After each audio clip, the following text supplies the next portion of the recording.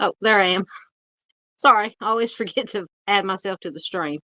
How's everybody doing tonight? I hope everybody is doing good. I hope everybody that was here last night has recovered from last night's 3-hour live stream that we did. But I appreciate everybody who was there, who participated, everybody who's watched the replay. But it made me so happy because we went over the Morgan Nick case again with some new information, or not new information, but some kind of updated information. As everybody know, or anybody who's been watching my channel for any length of time knows that the Morgan Nick case is very important to me. And I just want to bring more awareness to it. Any updates or anything that happens to come up with it, hopefully. I sent Mr. Steve. Mr. Steve was in the chat last night, and he was kind enough to ask me to send some information over to him. So I sent that to him today, and he got back to me. So I appreciate Mr. Steve for that. He's going to look into some stuff for me. But yeah, so everybody who was here last night, I think we're about 3 hours. Appreciate it so much. Because the more people that are talking about Morgan's case and sharing the videos and the live streams to keep Morgan's name out there. So hopefully, like I said, one of these days, hopefully we can get some definitive answers one way or another, whether it's the Billy Jack Links, which is the only named official person of interest, or anybody else, regardless of who it is. Morgan deserves answers. Her family deserves answers. And it's just, I appreciate everybody who supported and joined in the live stream last night and has watched the replay. So, welcome. I forget. Welcome to Southern Gals True Crime. If this is your first time here, thanks for dropping in and spending some time with us tonight. I share missing persons, cold cases, some true crime in the news, like we're going to talk about tonight, and anything true crime related that I find interesting and hope you guys will find interesting also. I try to focus mainly on my channel on the cases that don't get all the national attention, because there are so many cases out there that I have never heard of, even just in my home state of Arkansas and across the United States and across the world. There's just so many cases that you can just never hear about unless I find out about a lot of or made aware of a lot of cases by other creators that I watch. I watch Dave when he does his lives. He always, usually on the weekends, does the Week in True Crime, and I've become aware of a lot of cases through him and the Think Tank and the True Crime Web and all the other good channels that I watch. So if you are new here, or if you haven't already, please do consider subscribing. Like, share, comment, all that stuff helps small channels like mine get reach more people to get all this important information out, especially about all the missing persons and the cold cases. I also do have Buy Me a Coffee if you want to help support the stream, and a portion of any donations made through Buy Me a Coffee goes to a nonprofit organization for a team of very wonderful people who go out and help families free of charge, help find their missing loved ones, and try to help on some of these cold cases. So you can find the link in, I think it's on my homepage. You can find it in the description or the about section of my page. You can also find me on Facebook. I have a Facebook group and a Facebook page, obviously just called Southern Gal True Crime. I try to post stuff on there that I don't put on YouTube, so it's worth checking out. And if you have any questions, comments, anybody out there who has a case that is close to your heart, or you maybe know anybody involved, or you don't think it's getting enough attention, email it to me. Any victim names, the state that it took place in, so I can get on the Google machine and see what I can find. And I will most definitely do my best, even on my little small channel, to try to bring some more awareness to it for you. Okay, I think that is all my shameless plugs are out of the way. Let's see what we got going on here. Hey, Nanar. Nanar is here, and I'm sorry, if you hear my cat, once again, just like last night, he's running amok. He's currently on the bed behind the camera here, trying to tear down my curtains. But anyway, thank you, Nan, for being here. I'm glad you were here. Oh, don't be sorry for missing if you're talking about the live last night. That's fine. You can watch it on replay if you haven't already. It's very, like I said, it's 3 hours long. You may watch it in increments, but it was definitely worth a watch. Like I said, we were talking about the Morgan Nick case, and that's I call it, that's my case. It ever since it happened, because I was in my early to mid 20s in 95 when Morgan went missing, so I have known about it, followed it since the beginning. It's been 28 years. Morgan has not been found, and I always hate to say be negative, but I so wish that at some point that her remains could be recovered. But from what the information I've heard and read,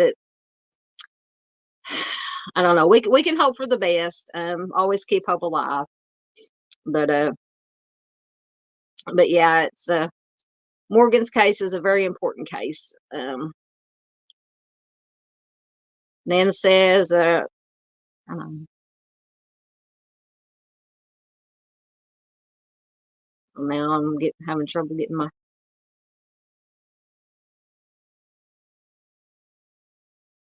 Hold on, I think once again, there's two me's here tonight. I'm in my I think give me 1 minute. I think my other computer or my laptop froze up on me. So how's everybody's weather? Is the weather getting any better in everybody's part of the world? We actually had a little bit of sunshine here in Arkansas today. It quit raining. It rained last night, but it finally quit. And then today I had my youngest nephew graduated. He's homeschooled, but he worked ahead and got enough credits to be able to graduate a year early. So we had his graduation party get together tonight or this afternoon, and just so proud of that young man. I talked about him some in I think in Dave's chat last night. He's adopted. He came into our family when he was 7 years old, from a very rough situation. Sorry, I'm talking off topic until I try to get my other computer, my laptop back up. But Anyway, he came into our lives when he was 7 years old. Very bad situation. But he is now 17 years old. Like I said, he is going to be graduating a year early from high school. So talented. He loves sports. He has a singing voice like an angel. He can sing his little butt off. And I'm just so proud of the strides that he's made, and couldn't be more proud of him. All right, let me see if there we go. Okay, I got it going again. So Nan says, my cat is asleep on my lap. She'll be up to good soon enough. Yeah. Right now, my little Tigger man he's, like I said, he's on the other side of the camera around, and he's looking at me because, I mean, once again, I've commandeered his chair that he likes to sleep in, but I have to use it for my makeshift studio and my green screen and all that. So he's just going to have to deal with it and deal with it until I get done. All right. Let's see if anybody else is coming in. Oh, Junior said he was here earlier, but he'll be asleep. That's okay, Junior. You can always watch replay. I know you were here for some of the live last night that turned into a marathon, about 3 hours. But like I said, that's fine as long as we can keep conversation going about Morgan or any other missing person case, cold case. It's always good to have those conversations to keep those victims' names out there so that they are never forgotten. All right, we will, if I can get my slides going.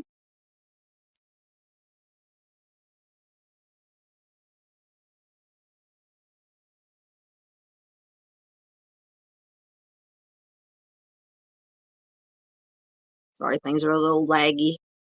So I do have a good, so anybody who is new here, in the beginning of all my live streams or videos that I post, I always feature a missing person.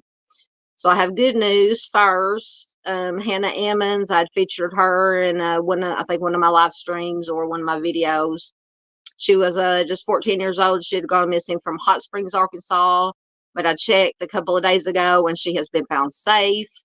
So that is always good when I can bring information about, especially our children and teenagers, when they have been found safe and have come home.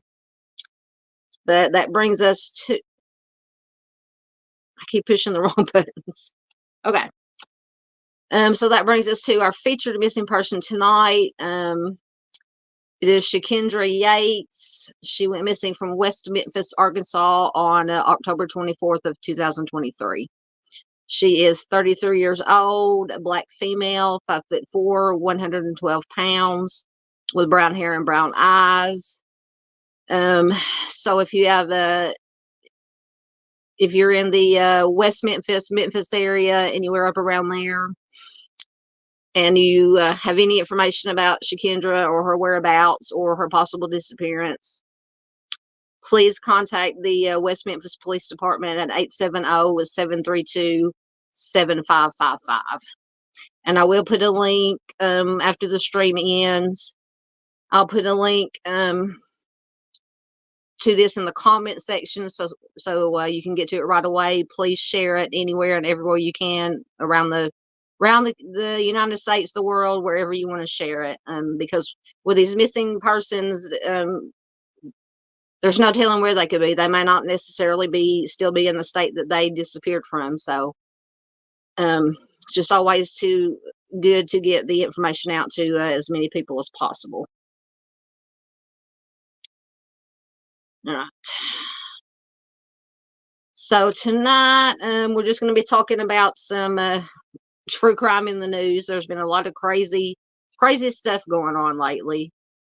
I'm going to have an update about or just some new information and updated information about the Amanda Harms case. She was the teacher from Muskogee, Oklahoma, who I still have a lot of questions about this case. Very strange, but they did get a preliminary autopsy and a preliminary tox report back. So I'll bring you that information. Stephanie Lofton, she was the lady that had gone to, she lived in Florida. She had gone to Texas to visit her new grandbaby. She was on her way back to Florida to go home. She disappeared. They found the rental car abandoned, and then a couple of days later, they unfortunately found Stephanie deceased. They did their investigation and arrested and charged her estranged boyfriend with I don't know if it's first degree murder, first degree, or capital. But anyway, he's been charged. So I just have a little bit. I found an article with an interview, I think, with her daughter. When I ever share these cases, I always try to find articles with interviews with family members or loved ones, because aside from the victim, the family members and loved ones are the most important parts of these missing persons cases, these violent crime cases. So I'll share that with you. I have some information about the Amir Ellis case from here in Arkansas. It's such a sad case too, and senseless, just so senseless. And then I have some, we're going to talk a little bit about the Flora 4. They demolished the house that the Flora 4, the 4 little girls that the house caught on fire, and the 4 little girls were unfortunately lost their lives in the fire. And then there's been a lot of controversy about this. If you've ever watched Ruckus Rocks, he has covered this case extensively, so check his channel out for all the ins and outs and the twists and turns. But they have demolished the house that it happened in, so I got a little bit of information about that. We'll talk a little bit about this crazy Kansas City, the 3 Kansas City Chiefs fans that were found deceased at their friend's home, and that's craziness, and just some other weird crimes and some stuff that I came across. So I guess we will get started. First, this is the Amanda Harms case. Oh, let me get my bookmarks back up. She was a teacher from Muskogee that was had a this, like I said, I still am confused or have my questions about this case. Trying to find the right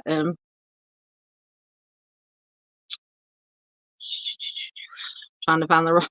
Can't read tonight. For some reason, my eyes aren't so good tonight. Oh, there it is. She had wandered left her home in freezing cold weather in the middle of, or 8 o'clock at night after dark in Oklahoma without she took no keys with her, or she couldn't find her keys, didn't have her keys, but she took no money with her, no cell phone with her. They ended up finding her, unfortunately, deceased 3 miles from her home. And there are a lot of questions in this case from the family and friends. So this article comes from 2 News Oklahoma website. It says family of friend of Muskogee teacher seeking own answers after medical examiner report. So a family friend is taking matters into their own hands as they search for more answers in the passing of a beloved teacher. 2 News reported Amanda Harms was found deceased in a backyard in Muskogee. The medical examiner's report said no foul play is suspected. Gina Cooper told 2 News that she is tired of the conflicting stories. She says there's just no answers. Cooper said, a close friend of Mandy. Apparently Mandy was Amanda's nickname. Cooper says she's now taken the reins as spokesperson, mainly because she feels Muskogee investigators aren't releasing the right information. Now, I don't know what she means, and this article is just her opinion. But I do know the family does have questions about, and I have questions too. It just doesn't, some things don't make sense. So I don't know what she means. This friend says means when she says that they don't have the investigators aren't releasing the right information. Like I said, they're still waiting for the official autopsy report. As of right now, according to this article, they just have preliminary reports. But anyway, she goes on to say, according to her, and I think she got this information, I think from the morgue, the morgue attendant who does all their stuff, the embalming and preparing them for burial. The friend says they said, whoever they were, there was some minor trauma, or the police said, they said there was some minor trauma, but she says there was more than minor trauma. Muskogee police released a report of the medical examiner's findings on January 25th. It said in part that no lethal or SA trauma or foul play is suspected. Police said they're hopeful the report will clear up misinformation. The report also stated that Amanda had abrasions and scratches on her face and extremities that were consistent with where and how her body was found. Sorry, my screen is jumping with the ads. The report also stated that she had abrasions and scratches on her face and extremities that were consistent with where and how her body was located. So when this story first came out, it was reported that she had been found inside a shed in somebody's backyard 3 miles from her home. I think they've debunked that.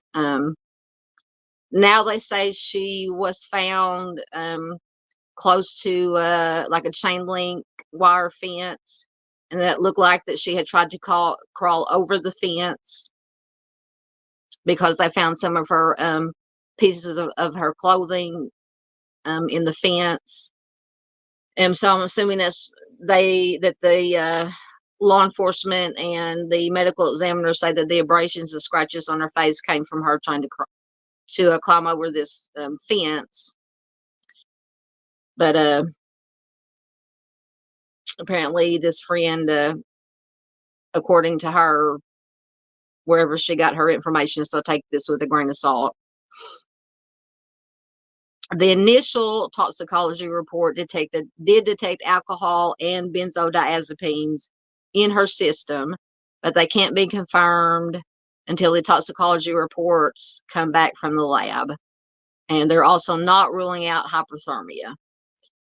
So it's not good to mix alcohol in any kind of prescription medications. Definitely not alcohol and benzodiazepines, which are a lot of usually it's for like an anti-anxiety medication. So it's really not good to mix some alcohol and like any kind of anti-anxiety, antidepressants, stuff like that. Now I'm not saying, and it, of course, it didn't say how much was in her system, but at any rate. So this friend, Miss Cooper, said that after speaking with the funeral home, she said it was much worse than that. So I take that to mean that the people that work at the morgue that prepared the body found, supposedly, allegedly, maybe found some other some injuries, because this friend says the orbital bone is most likely fractured. The nose was split. It does not look like a fall. It looks like they are defensive wounds on her hands.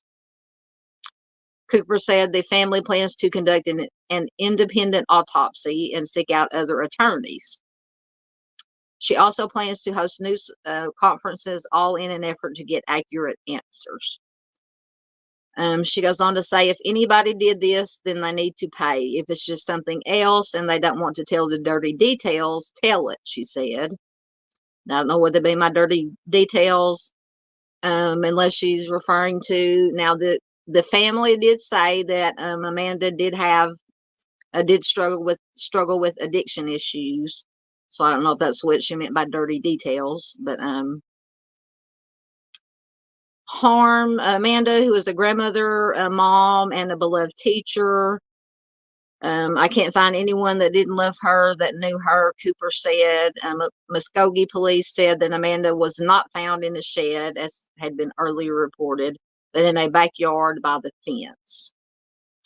So that is the latest on Amanda Harms. So anybody I've seen some people have just come in.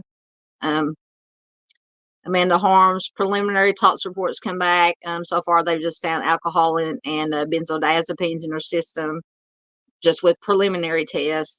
But they said they had to wait for the full autopsy to come back.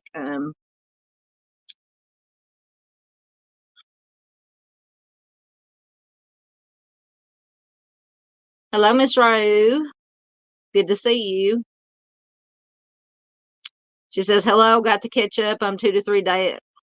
Oh, ill 2 to 3 days. Glad to see you. I'm so sorry. I hope you're feeling better. Goodness, I always hate to see when any of my viewers and subscribers are feeling bad. I'm sorry. I hope you're feeling better. Thoughts and prayers and good vibes to you. It's good to see you here. All right. So what do we have next? We have Stephanie Lofton. This was the lady who she lived in Florida. She had gone to Texas to visit her, I think, 6-week-old grandson. She was on her way back to Florida. She disappeared. They found the rental car abandoned. They later, unfortunately, found her, or linked a vehicle back to her estranged boyfriend, questioned him. Ultimately, I don't know if he admitted it or confessed to it or whatever, but he led them to where he took her life, and he led them to where he buried her body. So he has been arrested and charged with either first degree or capital. It's probably first degree, but I'm not sure. So this is the interview, the article with the interview, I think with either the daughter or the sister. Once again, let me find the right article. Hope everybody's doing good out there. I think some people haven't recovered from the live stream from last night that ran 3 hours. Maybe some other people will pop in here in a little bit. Of course, my computer decides to be slow.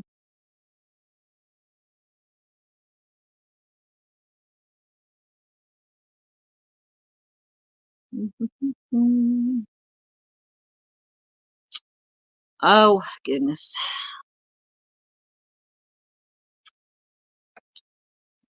I hope my computer decides not to poop out on me and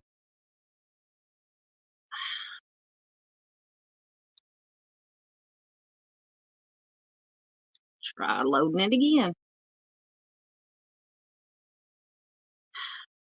Sorry, guys. It might turn into a dumpster fire. I haven't mentioned dumpster fire yet, but just close that out and try it again.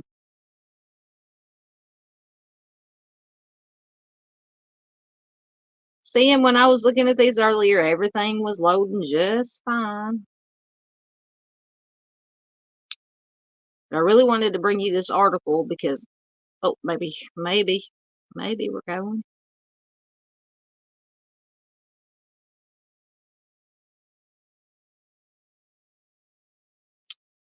We might have to skip this one and save it for later. Oh, I really wanted to do this one. Let's see what we got next and see if I can get something to come up.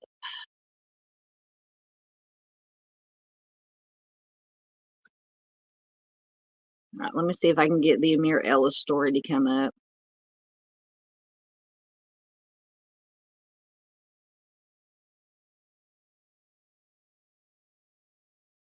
Oh, now it decides to come up. Okay, now it finally come up. Let me go back to the right slide.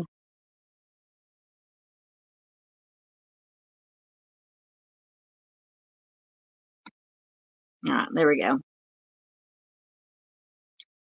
Okay, so Stephanie Lofton says new detail, and this comes from KTN ABC News website. It says new details in Love County homicide case. Paris, Texas native Stephanie Lofton had been living with her sister in Florida since November of 2023. She returned home to Texas to visit her family in early December. When the time came for her to go back east, she left her family and headed for the airport in Dallas, but she never made it to her flight. I was supposed to pick my sister up from the airport, and I was there, and she never answered me, said Stacy Sheck. Lofton was staying with Sheck in Florida at the time of her, when she passed away, when her life was taken. I knew that something was wrong. I found out that she did not show up for her flight, Sheck said, which is her sister. On her way to the airport, investigators said Lofton picked up her estranged boyfriend, Michael Gonzalez.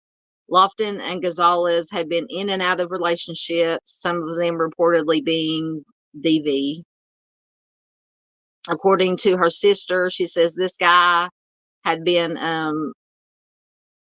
beating up on abusing Stephanie for a long time. She said, I've been trying to get her away from him, and she knew that he was eventually going to snap. Love County Sheriff's Office investigators said it is believed that Gonzalez shot Stephanie in a southern Love County before taking her body to Bernieville, where she was later found buried. My sister was a free spirit. She was always smiling, always had a joke to tell, Sheck said, adding that she hopes her sister's passing will encourage families of other victims to be persistent. Make sure they stay on top of it, because the minute that this case quits getting worked on, you've lost your battle. It's terrible. I wouldn't wish this on anybody. Most definitely. It's always so sad when anybody passes away, but when it's a loved one in a DV situation, it's just so sad. Let me go out here for a second to make sure that my computer has not frozen up on me.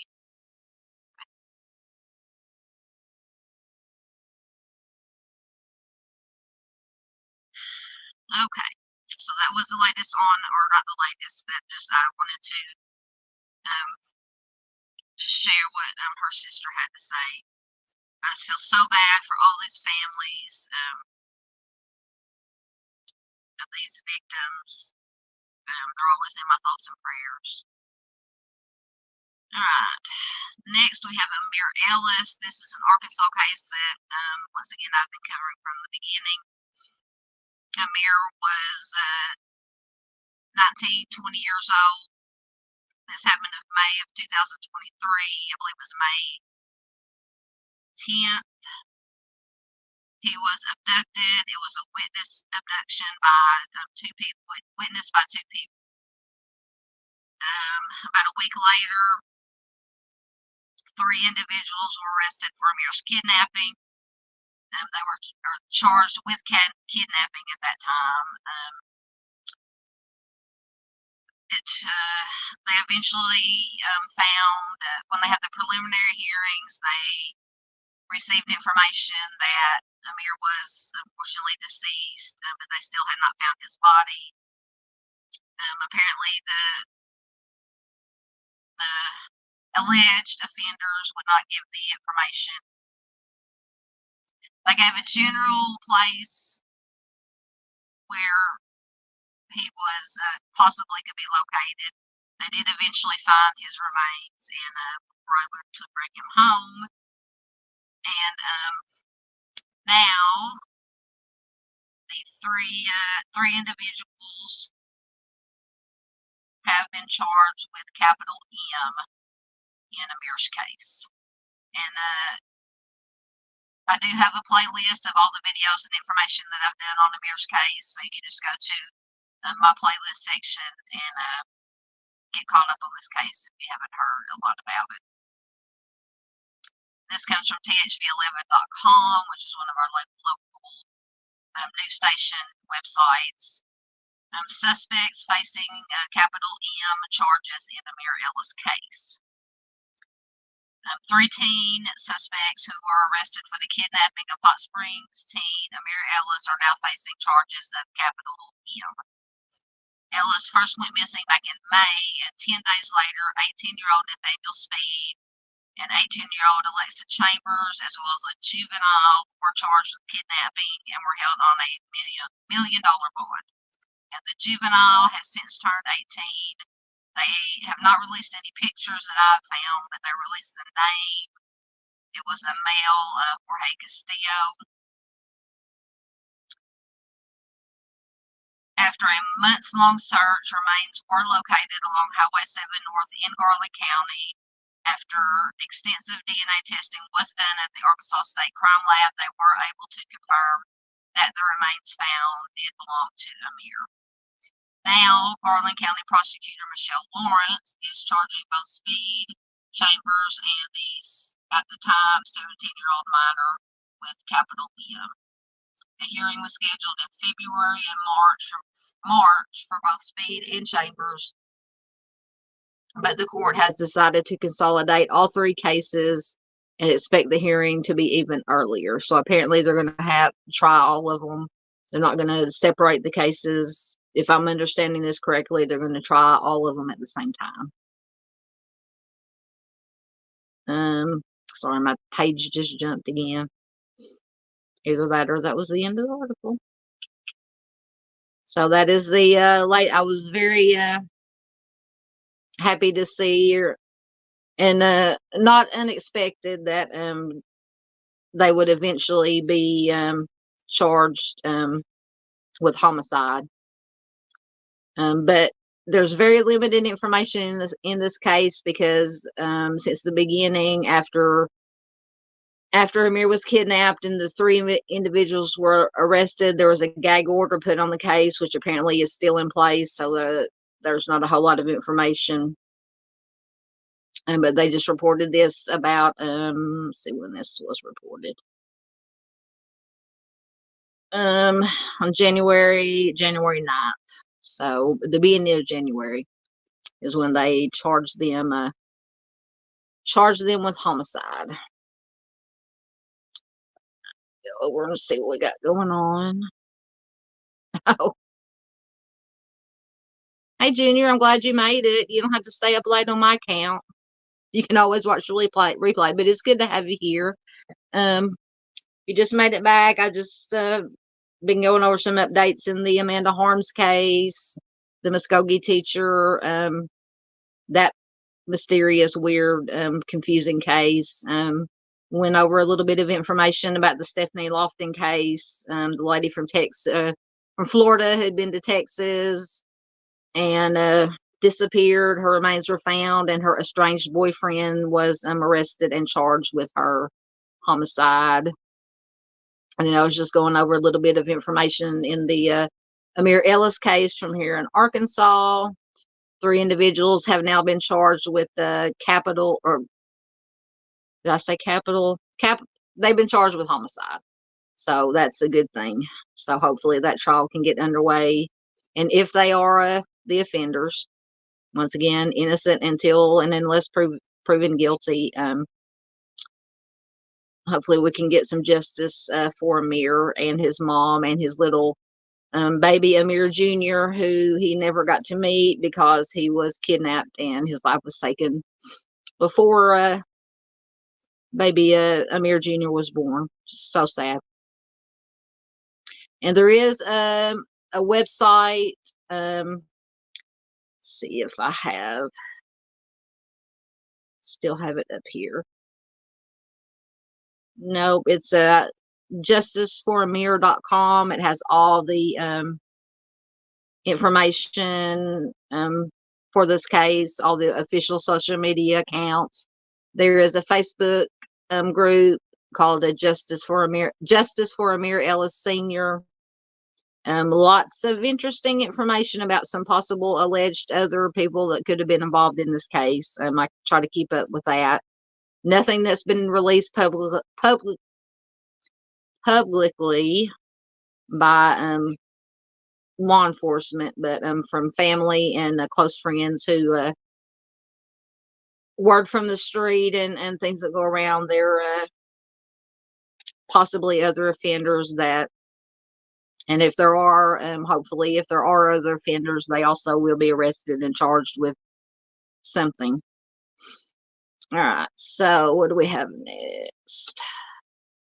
Oh, so next we have this crazy Kansas City, and I'm not making light of it, because 3 people lost their lives, but this is just such a bizarre case, and I know everybody has been talking about it, but it's just, and I'm a Kansas City Chiefs fan. I love the Chiefs.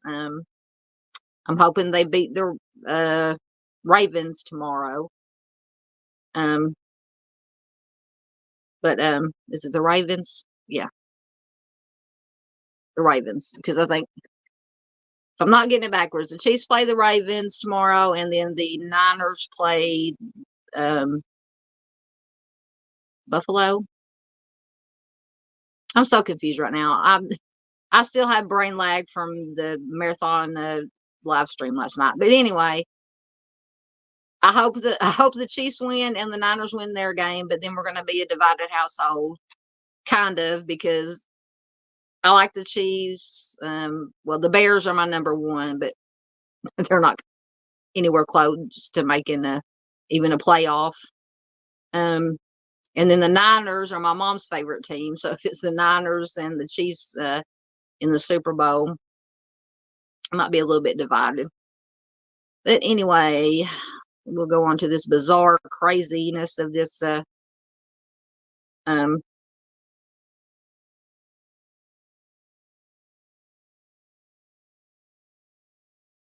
sorry, I was trying to find the right article. Hello to everybody who's here. I see people have been coming in and out. Everybody watching on replay, thank you very much. Please be sure to hit the like button while you're here, or if you're watching a replay, hit it before you leave. Any likes, shares, comments are greatly appreciated.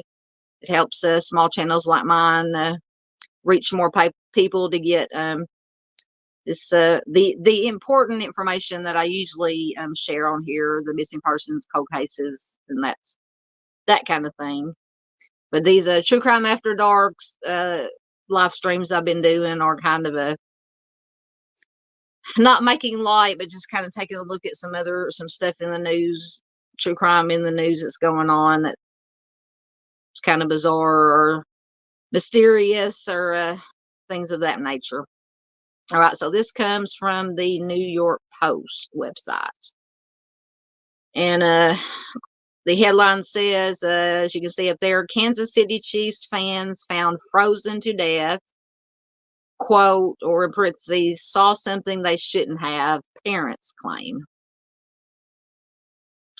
So the parents of one of the 3 Kansas City Chiefs fans found frozen to death outside their friend's home believe their son's passing may be more malicious than officials have let on. David Harrington, 37, was found deceased outside his pal Jordan Willis's home on January 9th. 2 days after he had gone with his friends to watch the Chiefs take on the Los Angeles Chargers for the last regular season game. The bodies of Ricky Johnson, 38, Clayton McGeeney, 36, were also discovered on the property. Now, according to Jordan Willis, who is the homeowner, he says he had no idea that the men were outside. And this is according to his attorney, John Picerno. Apparently, he had slept for nearly 48 hours after the game and only learned that the bodies of his friends were there when police visited the home for a welfare check. Now, mind you, anybody who's been following this case knows that before the police were called in, there have been numerous calls to his house, to the victims' phones, and then the girlfriend of one of the victims ended up going over there and broke into a window. She's the one that found the 3 men deceased. So she called the police, and she exited the house. She called the police. And then when the police came to bang on the door, then finally the homeowner, this Jordan Willis, came wandering out with an empty wine glass in his hand, claiming that he hadn't left the house in 2 days and he didn't know that his, 3 friends were out in the backyard deceased. And I just don't know. But anybody here, just let me know what everybody's opinion is welcome here. Just be respectful of each other. But so bizarre. So while the victims' families anxiously await the results of their toxicology reports, and that obviously is going to be the key, in my opinion, is what if anything besides alcohol will they have in their system, and what is it, and how much of it. So while the family waits for the results of the toxicology reports in the mysterious deaths, Harrington's father, John Harrington, says he's, quote, not buying Willis's version of what happened. He says his mother and I are both convinced that Jordan Willis played a part in this somehow, John Harrington told Fox News Digital on Thursday. We just haven't figured it out yet. What else could it be? Perfectly healthy men don't just drop off the face of the earth. The 3 Kansas City Chiefs fans were found frozen to death in the backyard of their friend's home on January 9th, where they had gathered to watch the football game. The bodies of David Harrington, 37, Ricky Johnson, 38, and Clayton McGeeney, 36, had possibly been there for 2 days. Jordan Willis, the man who was renting the home, insisted that he had no knowledge of the fate of his friends, even though he was right there in the house with them. Willis's lawyers said the man was asleep on the couch for 2 days while his friends' loved ones frantically tried to contact him. This case is 100% not being investigated as a homicide, Kansas City Police Captain Jake Bacina told Fox News Digital. There were 4 of you in the house, and now 3 of them are deceased, and you're not. That doesn't add up, the father continued. I'm thinking that the 3 of them, learned something or saw something that they shouldn't have seen, and they decided, well, I need to get rid of you, friends or not. Now, this is just the opinion of the father of one of the victims. John Harrington said that he has spoken to the Platte County Prosecutor's Office, which is investigating the case, but is convinced that officials will dismiss the passings as nothing more than a substance overdose. But the father says, but I don't think it's as simple as that. He says, I'm aware that they may have done some substances that were questionable, but the idea was to get high, not deceased. If they were supposed to be friends, why didn't Willis come find them? I'm sure they have 100 different answers to that, but that is my question. Harrington's mother, Jennifer Marquez, acknowledged that while her son smoked cigarettes and drank a beer with his buddies, she doesn't believe he would OD on substances. Which, now I'm not saying that because I don't know. We don't know yet because the toxicology reports have to go back to see if any substances are found in their body besides alcohol. But any parent is going to believe, doesn't want to believe, and I can understand that their child, even, adult child, it doesn't matter if they're, 2 years old or 32 years old, when you lose a child, it's just, but parents don't know everything that their children do. So, and I've always, one creator, professional, former law enforcement, cold case detective says that if you want to know the real information about the day-to-day lives of a missing person or deceased person, you talk to the friends, because the friends are going to be more likely to tell you the truth than parents are. So that's just my opinion, though.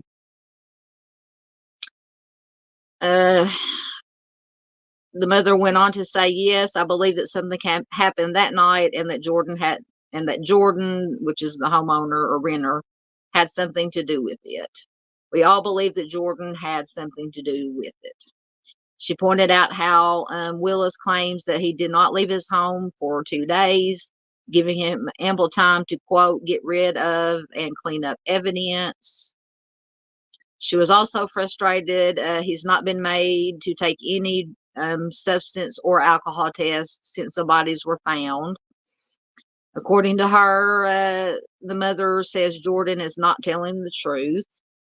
She says, when you tell the truth, your story is solid. It's when you're lying that your story changes. And that, she does make a point there. And that's what's been happening. I don't understand why the police don't see that. Kansas City police have been emphatic that Willis is not suspected of any wrongdoing, and that the deaths are not being investigated as homicides, and no arrests have been made. So that is what the family thinks of that. All right, Junior. Junior says he's heading to bed. Have a good night and a great Sunday. Thanks, Junior, for dropping in. I appreciate it. Have a good night. Have a good sleep, buddy. Have a good Sunday. I'm going to spend tomorrow, like I said, watching the ball games to see who's going to go to the Super Bowl. Once again, I'm rooting for the Chiefs in the one game and Niners in the other game. But we'll just, I don't know. I'm kind of worried about the Chiefs. The Chiefs just haven't been as good as they're still good, but not as good and flawless, basically, as they have been, usually are. But we'll see. Hopefully they can. Once again, if you've seen the background, my co-host Tigger is back. All right, so have a good night, Junior. Thanks for dropping in. I appreciate it. All right, let's see what we have next. So this, the Flora 4 case. Anybody who's not familiar with this case, like I said, you can check out Mr. Steve from True Crime Web has a playlist from Flora. Ruckus, from Ruckus Rocks, Get Down. No. Sorry, my cat is trying to get into everything. Ruckus Rocks has extensively covered the Flora case, but apparently they have demolished or did demolish the house where this it was a fire that took the lives of 4 little girls. So sad. And both because at first they said it was an accident, I believe, and then they started investigating and they ruled it an arson.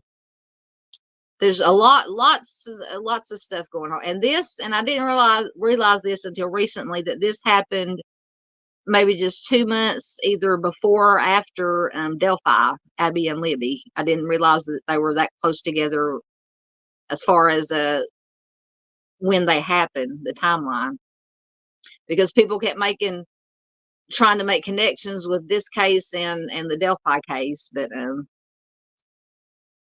once again, my computer is slow. I'm trying to see if it's going to come up or not. Hey guys, I see some more guys are popping in here. Whoever's popping in and out, if you want to, you can say hi, let me know who you are, or you can lurk. That's fine. Dude, stop it. My cat, I'm telling you, he knows when I'm doing these, he's trying to do these live streams because he's running amok. Okay, so this article comes from Fox 59, and it says Florida home at center of deadly arson case demolished, and this is from October of 2023, this article. It says crews tore down the Flora home where four children had lost their lives in a fire nearly 7 years ago. A judge approved a demolition order for the residence located in Flora earlier this year. The August 16th order indicated there was no reason to preserve the property. The November 2016 house fire resulted in the deaths of 11-year-old Kiana Davis, 9-year-old Kiara Phillips, 7-year-old Cariel McDonald, and 5-year-old Kiani Welch. It's horrible. These 4 babies passed away. The home has been at the center of the investigation since the tragedy.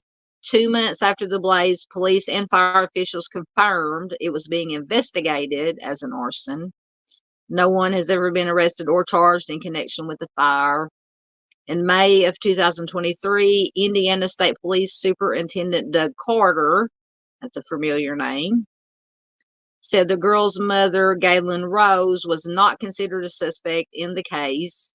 It marked the first time that investigators had disclosed whether or not a person was a suspect in the case. The mother maintained that she didn't know who would have wanted to set the house on fire. She did move away from Florida a year after the fire to get away from, as she says, the horrible loss of her daughters. Totally understandable. In September of 2023, a settlement was reached on behalf of Rose in a civil lawsuit filed against her landlord's company, and details of the settlement are confidential. So, brings to mind which I think, in the Flora, in the decision to demolish the Flora home, I think it was pretty much the mother was okay with it. Everybody was okay with it. But it brings to mind they demolished the Idaho King Road home, which the prosecution and the defense both agreed to it. Now the families not so much, and I tend, in my opinion, agree with that, because to me it could have been beneficial, and I'm not a lawyer, I don't know, this is just my opinion, beneficial to keep the house around just in case, there off chance that there could go back in there and find some more evidence, or just even if it was allowed, or the judge allowed it, to take the jury out there just to get like they did in the Murdaugh case. They took the jury out to the place, the Murdaugh place, house, and where everything happened, just so they could get an idea of where things were and how things could have happened. And I think some of that could have played a part in his conviction, but I think he probably would have been convicted even without that. But yeah, in my opinion, I think they should have at least left the Idaho house up until after the trial was over, or trial or plea or whatever ends up happening with that case. But please do let me know what you guys think about that.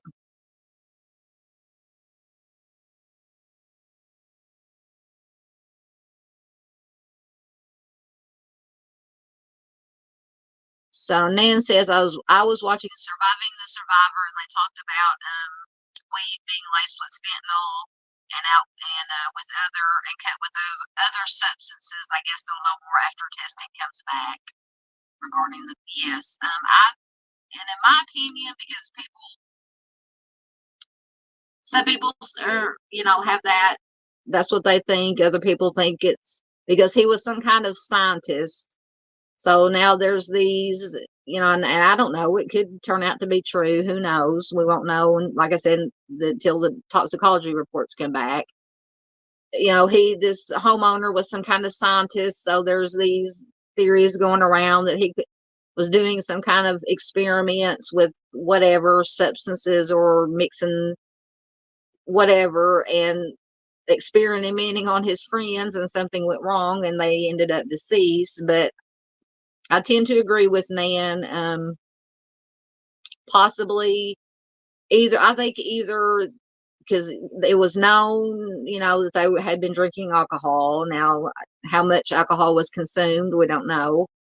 But it was obviously cold, obviously snow on the ground. And if back in my younger days, I did my fair share of drinking.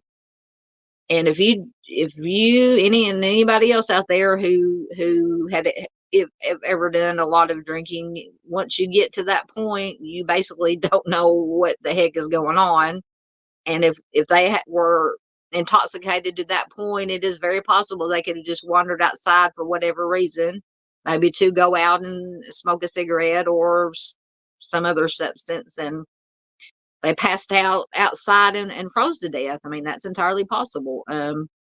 Or it could have been that somebody, maybe not necessarily the homeowner, but somebody at the residence did give them some kind of, like you said, the Mary Jane, because you're correct.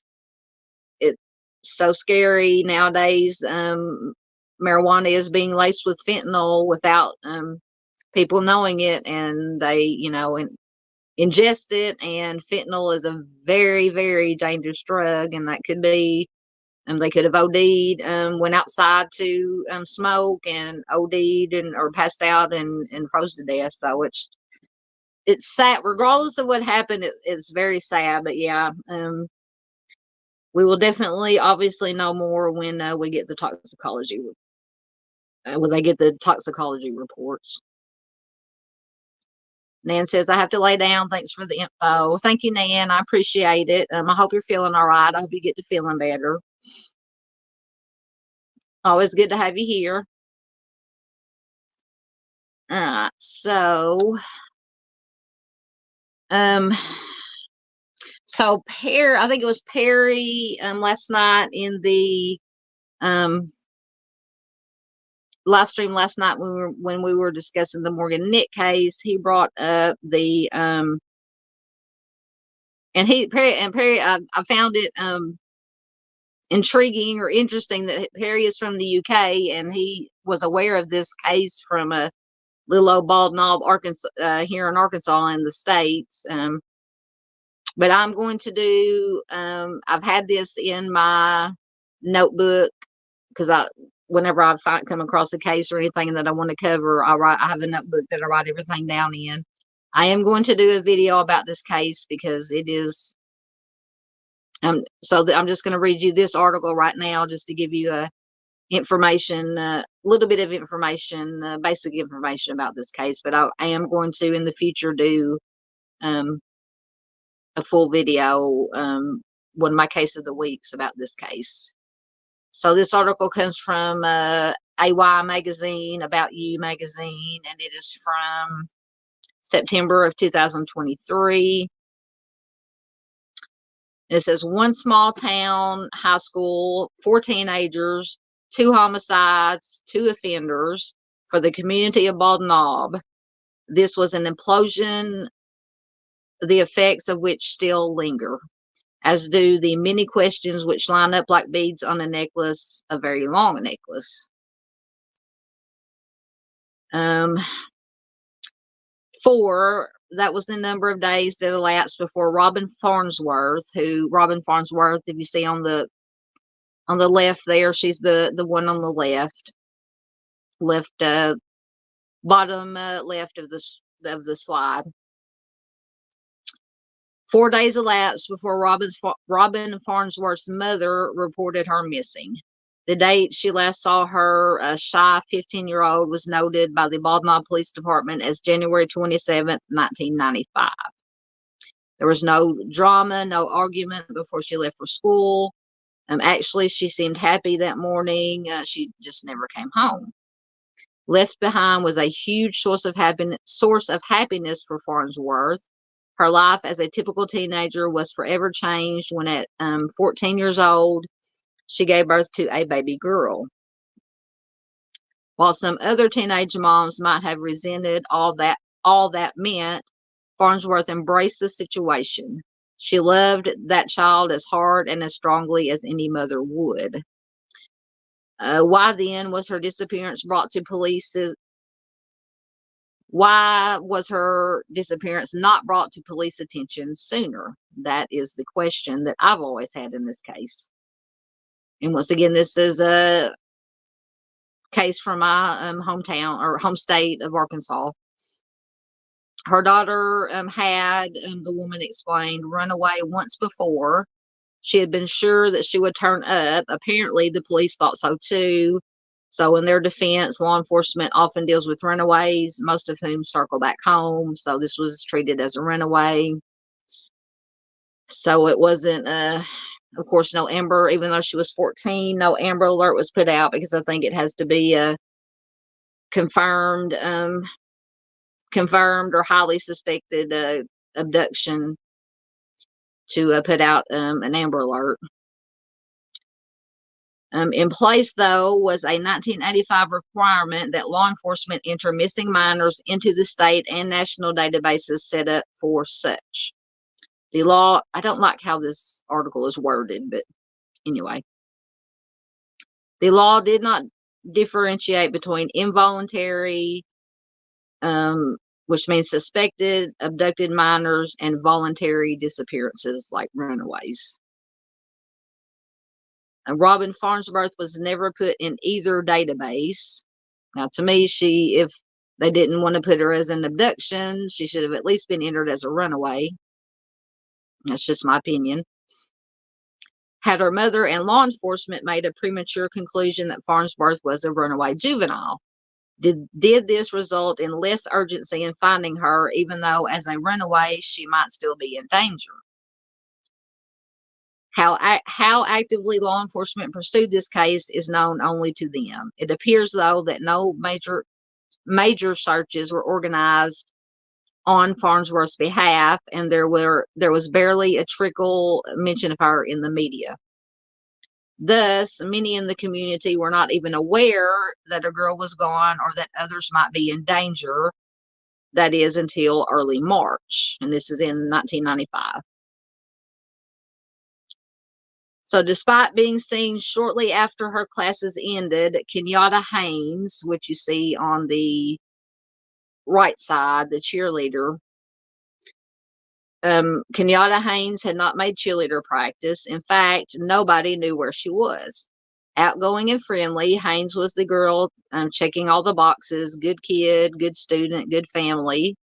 Within hours, the White County Sheriff's Department had been notified, and they too were checking all the boxes, officially designating Haynes as missing, setting up search perimeters, and informing media. So you're seeing where I'm coming from with this case. You have one that had a history of running away, maybe came from a lower income family, was not given that much attention. We have the other young lady, and I'm not saying that Kenyatta was not important. Both of them should have been addressed. Both of their disappearances, in my opinion, should have been addressed and covered with urgency, as much urgency, the same amount of urgency in both cases. But apparently that's not what happened. Within days, the Sheriff's Department was able to provide the community with answers and suspects. The search ended in sorrow, and fortunately for Kenyatta's family, Her life was taken within hours of her abduction. Trigger warning for anybody. She had been beaten and bound. Her beaten and bound body was found nearby Devil's Kitchen.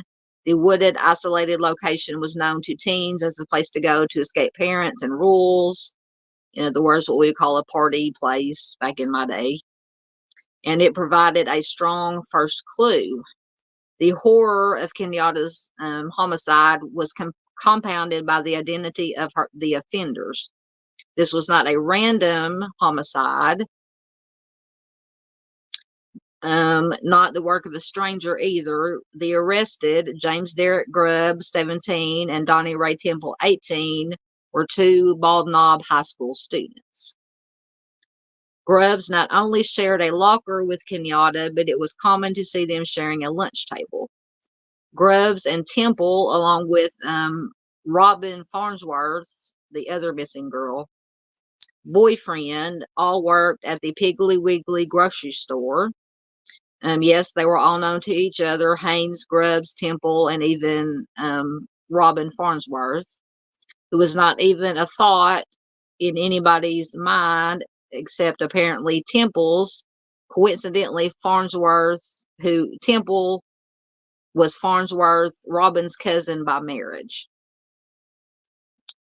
Like I said, I'm going to have to do a whole video on just this one to sort out all the details and get all the who was related to who and how everybody was connected. Like I said, this was just brought up last night in last night's live stream. So I just want to give anybody who was here last night or who was watching the replay just the basic information on this case. So after being incarcerated, Temple blurted out to a guard that Grubbs had taken the life of Robin too, and even told them where the body was. This was a crucial conversation for all parties involved, one that no doubt law enforcement would have wanted to continue. The law, however, would not allow that. The guard instead had to stop Temple from talking further until his attorney was notified, which that is his right to have an attorney present before he makes any potentially incriminating statements. The latter, of course, prevented Temple from saying anything more about this. Even now, almost 30 years later, he still has not said anything regarding Robin. While what he had said might not have been admissible in court due to the circumstances, the sheriff's department was all for running with what was heard. Grubbs, Temple claimed, had taken him to an old barn where Robin's badly beaten body lay under a pile of newspapers. Quickly pursuing this lead, the sheriff's department located a barn fitting Temple's description off of Old Russell Road, which is between Bald Knob and Russell. Maybe meant Russellville. No, Russellville is, yeah, maybe Russellville. They just said Russell. I'm trying to make my mental note of the Arkansas map and where all these towns are. But when they got there, there was nobody inside, but Temple was not exactly wrong either. In the thick woods surrounding the barn, officers made a discovery. Under a cedar tree, there was a spot where decomposition of some sort appeared to have taken place. There was nobody there either, but rather a purple fingernail, some finger bones, and a few buttons. Did these belong to Robin Farnsworth or possibly to a missing girl from the next county over?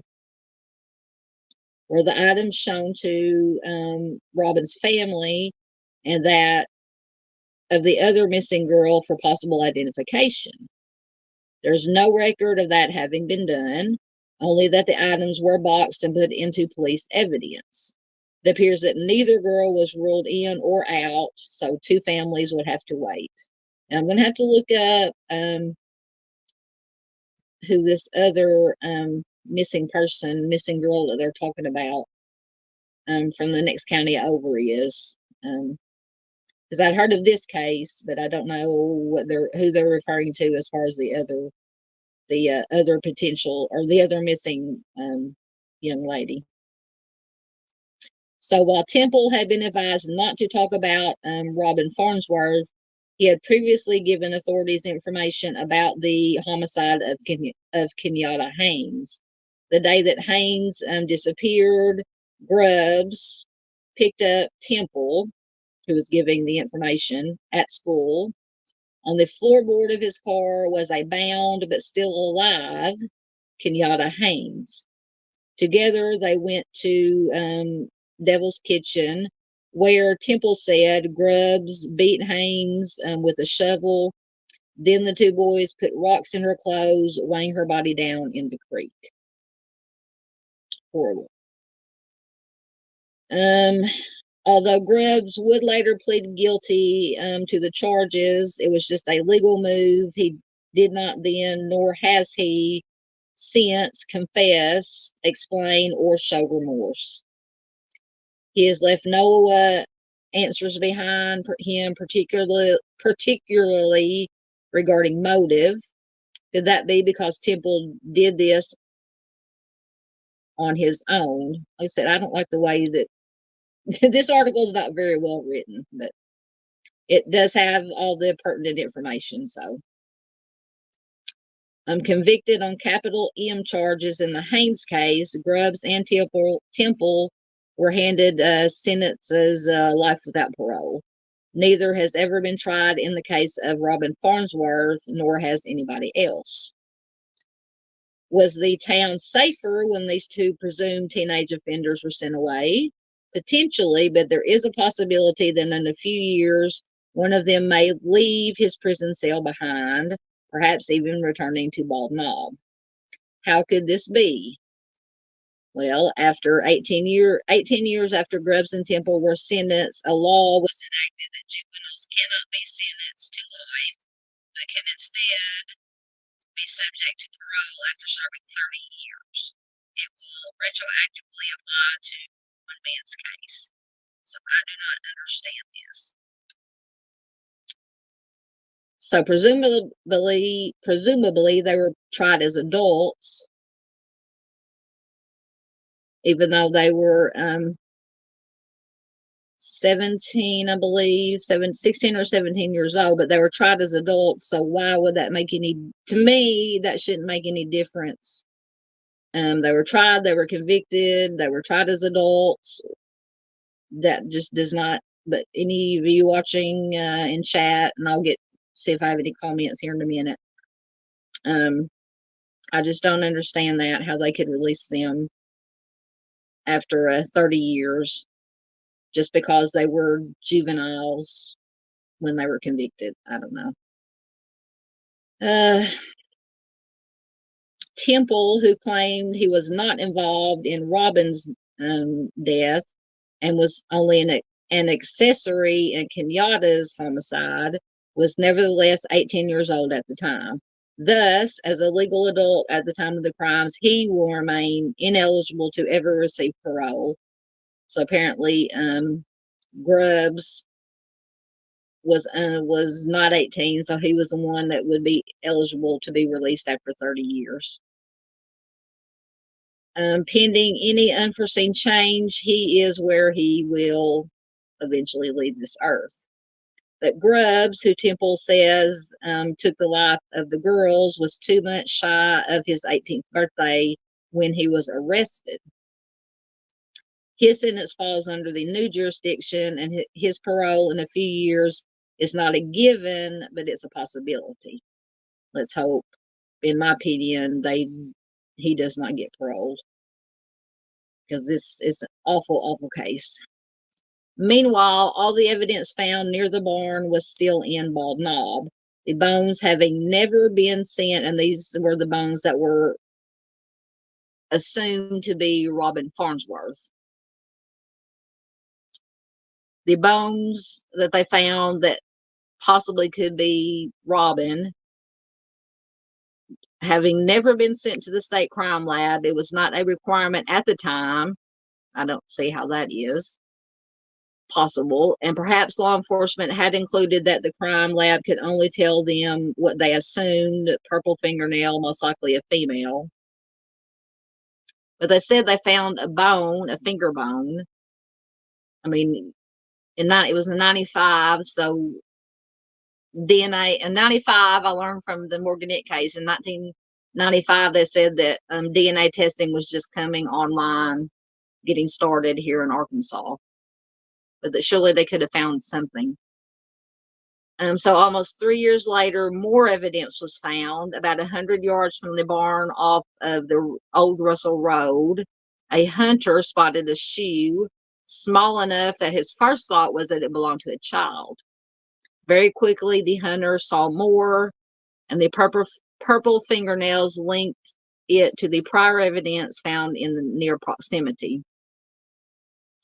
Here, too, was a human skull with no jawbone.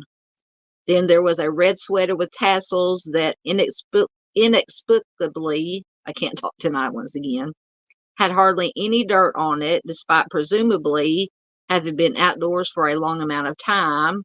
Or was it not out there that long? So they're saying it possibly at some point after Robin's life was taken. For some reason or another, the sweater was taken somewhere else and then brought back later.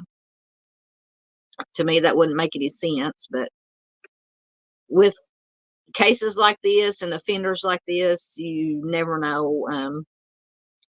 Never know what they're going to do. No logic. In my opinion, these two individuals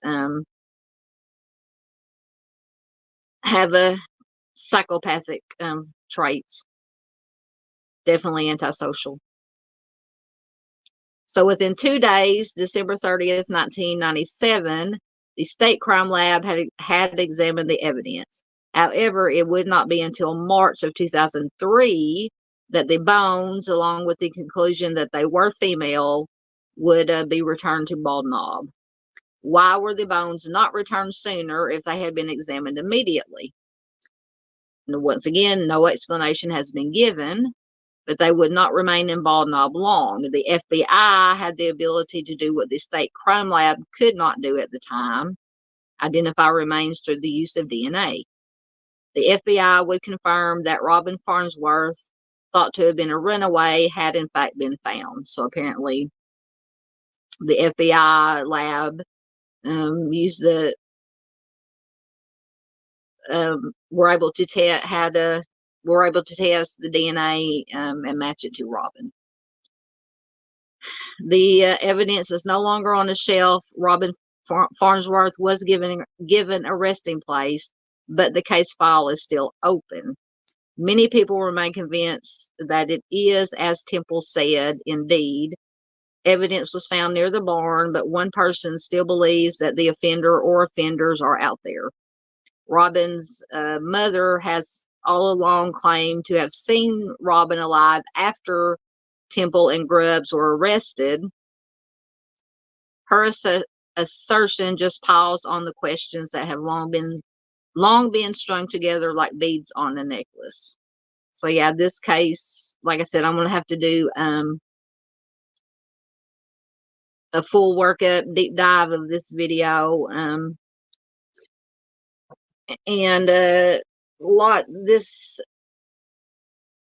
this case is another case that has bothered me mainly because they were not treated as urgent. Robin's case was not treated as urgently as Kenyatta's.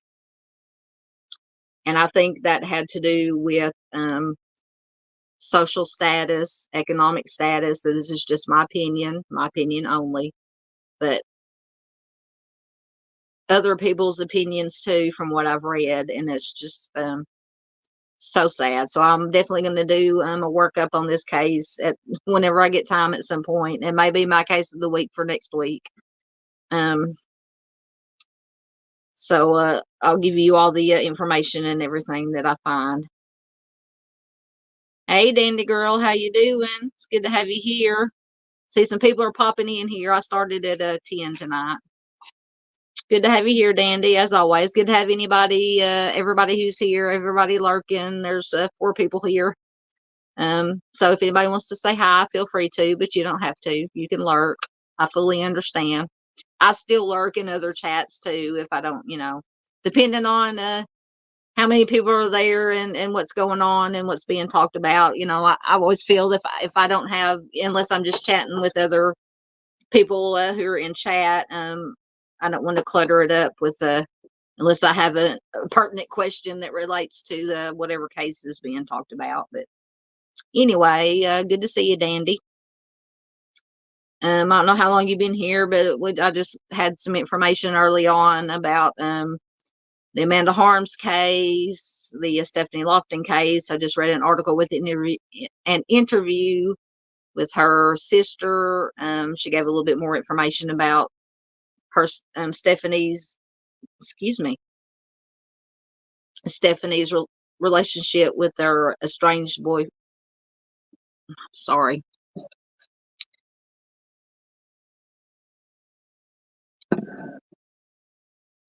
So Junior's still here. Junior was here earlier. I don't know if he's still here or not. Because he first said he was going to bed, going to be asleep, and then he came back, and then I think he said he was going back to bed, so who knows. But if he's still here, that's fine. Whoever's here is fine. Also went over the Amir Ellis case. The 3 individuals in that case have been charged with, I think it's capital murder. Oh, YouTube's going to flag me. Hopefully they didn't catch that I said the M word. Let me go back. I don't know why I can't remember why. Yeah, they were the 3 alleged arrested offenders in the Amir Ellis case have now been charged with capital M. So we'll see what happens in that case. Okay, so yeah, like I said, we'll definitely be doing a full workup, deep dive video about the Robin Farnsworth case. Not that Kenyatta is not important, but they basically, the Temple and Grubbs were the 2 that were arrested and convicted in Kenyatta's case. They are suspected and made admissions, but not legally, technically, because they weren't Mirandized, so they couldn't be used. Their statements couldn't be used against them. They basically admitted to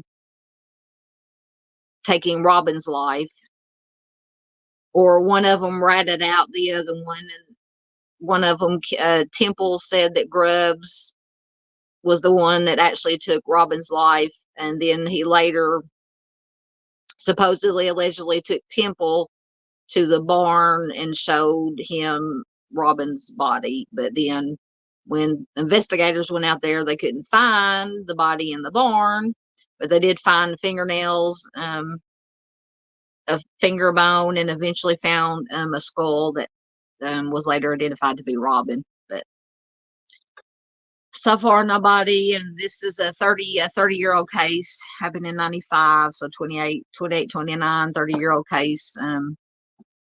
Robin's case still has not been resolved, so hopefully one of these days.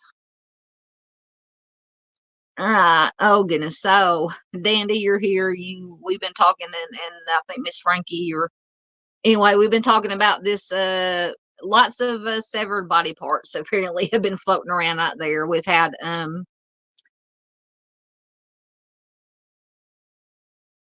Dandy says what did you spell wrong? Did I miss something?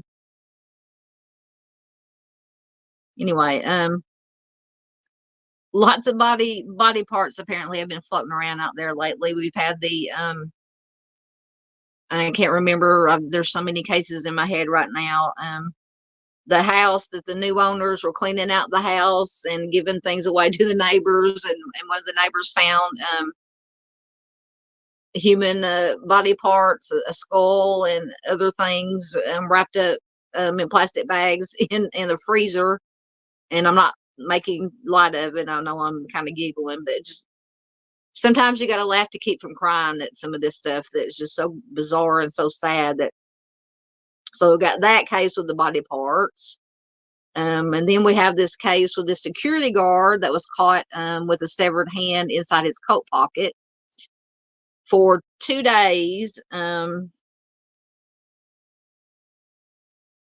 Yeah, the one with the freezer, the house, that was the one that was in Grand Junction. I think I remember you saying that. Correct me if I'm wrong. Um, but yeah, that's just both of these cases are, like I said, there's a whole lot of body parts out there floating around apparently. Yeah, the head and the hands. Yeah, so crazy. So now we have this, and can't remember where this is, but I got an article I'm going to read. So apparently this guy, this Looney Tunes, um, had this severed hand wrapped in some kind of plastic bag in his jacket pocket for 2 days, even while he was on the job. Let me find the correct.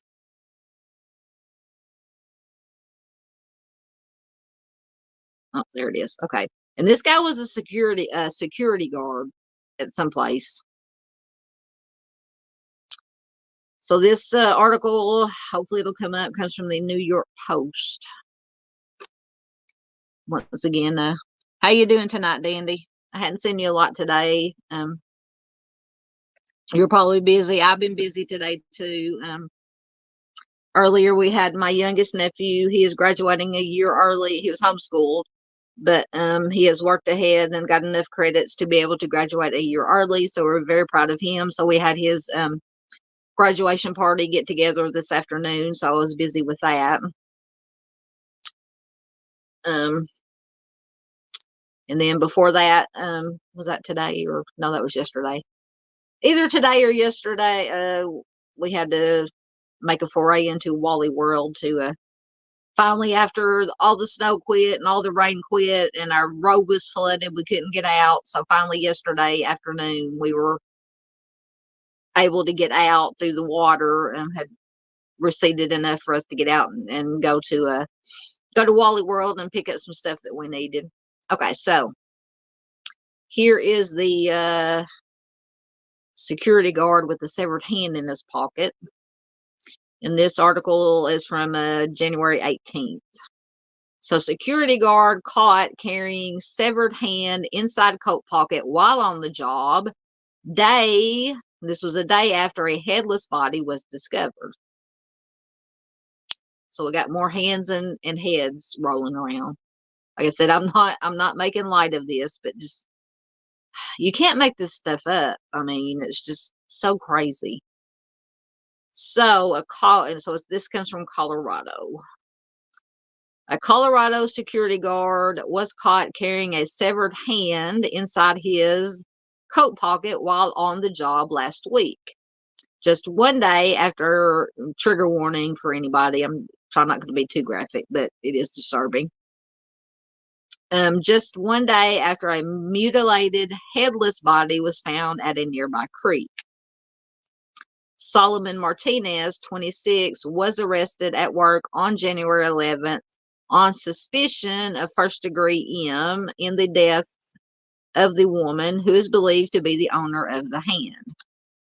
This is according to Pueblo. I always have trouble saying that. Pueblo police said. So yeah, I think finding a severed hand in somebody's coat pocket that he'd been carrying around for 2 days, I think that would be pretty good evidence and probable cause to arrest him for the homicide of this poor lady they found without a head. Telling you, this is why I don't like to go out of the house anymore, because you never know what can happen. I know you can't live your life in fear and hide away in your house, but man. So he allegedly admitted to hiring the woman as a prostitute days before, but he denied taking her life. Cops quickly zeroed in on Martinez after his roommate caught him covered in dirt and blood at a local car wash before 5 a.m. 2 days before his arrest. Martinez allegedly used a pressure washer to clean the blood off his hands and asked his roommate to dig a 10-foot hole for him, according to the arrest affidavit obtained by the Pueblo chieftain. So, yeah, nothing suspicious about all this activity. The roommate, who was reportedly at the car wash to work on his car, told police that he asked to borrow tools from Martinez, but the alleged offender refused to allow him to open the trunk of the car to retrieve them. Well, I wonder why. Martinez allegedly struggled to move, quote, something big in the trunk out of the way to grab the tools. So let's all show of hands who knows what was in the something big that was in the trunk of the car. Another witness backed up the roommate's claims, reporting that he also heard Martinez make several comments about needing to dig a deep hole. And yeah, just look, and the picture on the right of the slide here is Mr. Martinez, the alleged offender in question. The witness, a friend of the security guard, Mr. Martinez, also told police that he watched Martinez drag what appeared to be a woman's body down to the creek bed that same morning. Martinez first asked the friends to help dispose of the body, and then allegedly threatened them with a firearm, but the friend refused. The record states. The body was decapitated, but her head was with her body, the friend reported. And I hope to God that this video, what I'm about to say, is never leaked, because horrifying. So the friend took video at the scene to, quote, cover for himself before covering the body with a blanket because he, quote, didn't know what else to do. So there's video, hopefully not floating around out there somewhere, of this poor woman's headless body. Telling you, like I said, you can't make this stuff up. This is like a plot to a horror movie or a crime drama movie. Craziness. So he said he didn't know what to do. Well, any rational, sane person would go to the police, but apparently, in my opinion, nobody in this case is sane or rational. So police did track Martinez down to his job at a security guard company owned by the former Pueblo County sheriff, who had hired the alleged offender just 2 weeks earlier.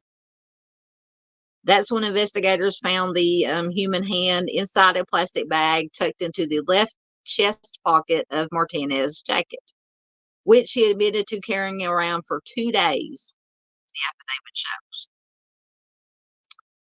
Talk about, and I'm not saying he's a serial offender, but talking about these offenders taking trophies or souvenirs. Maybe that was his souvenir. Who knows? Police noticed that he had cuts all over his wrists and hands, which Martinez tried to explain away as injuries from from chihuahuas, before later claiming they came from small rocks while picking up after his dog. I might could buy the chihuahua, because the little chihuahuas are feisty little suckers sometimes. They're yappy too. Don't get me wrong, I love all critters and all dogs, but chihuahuas are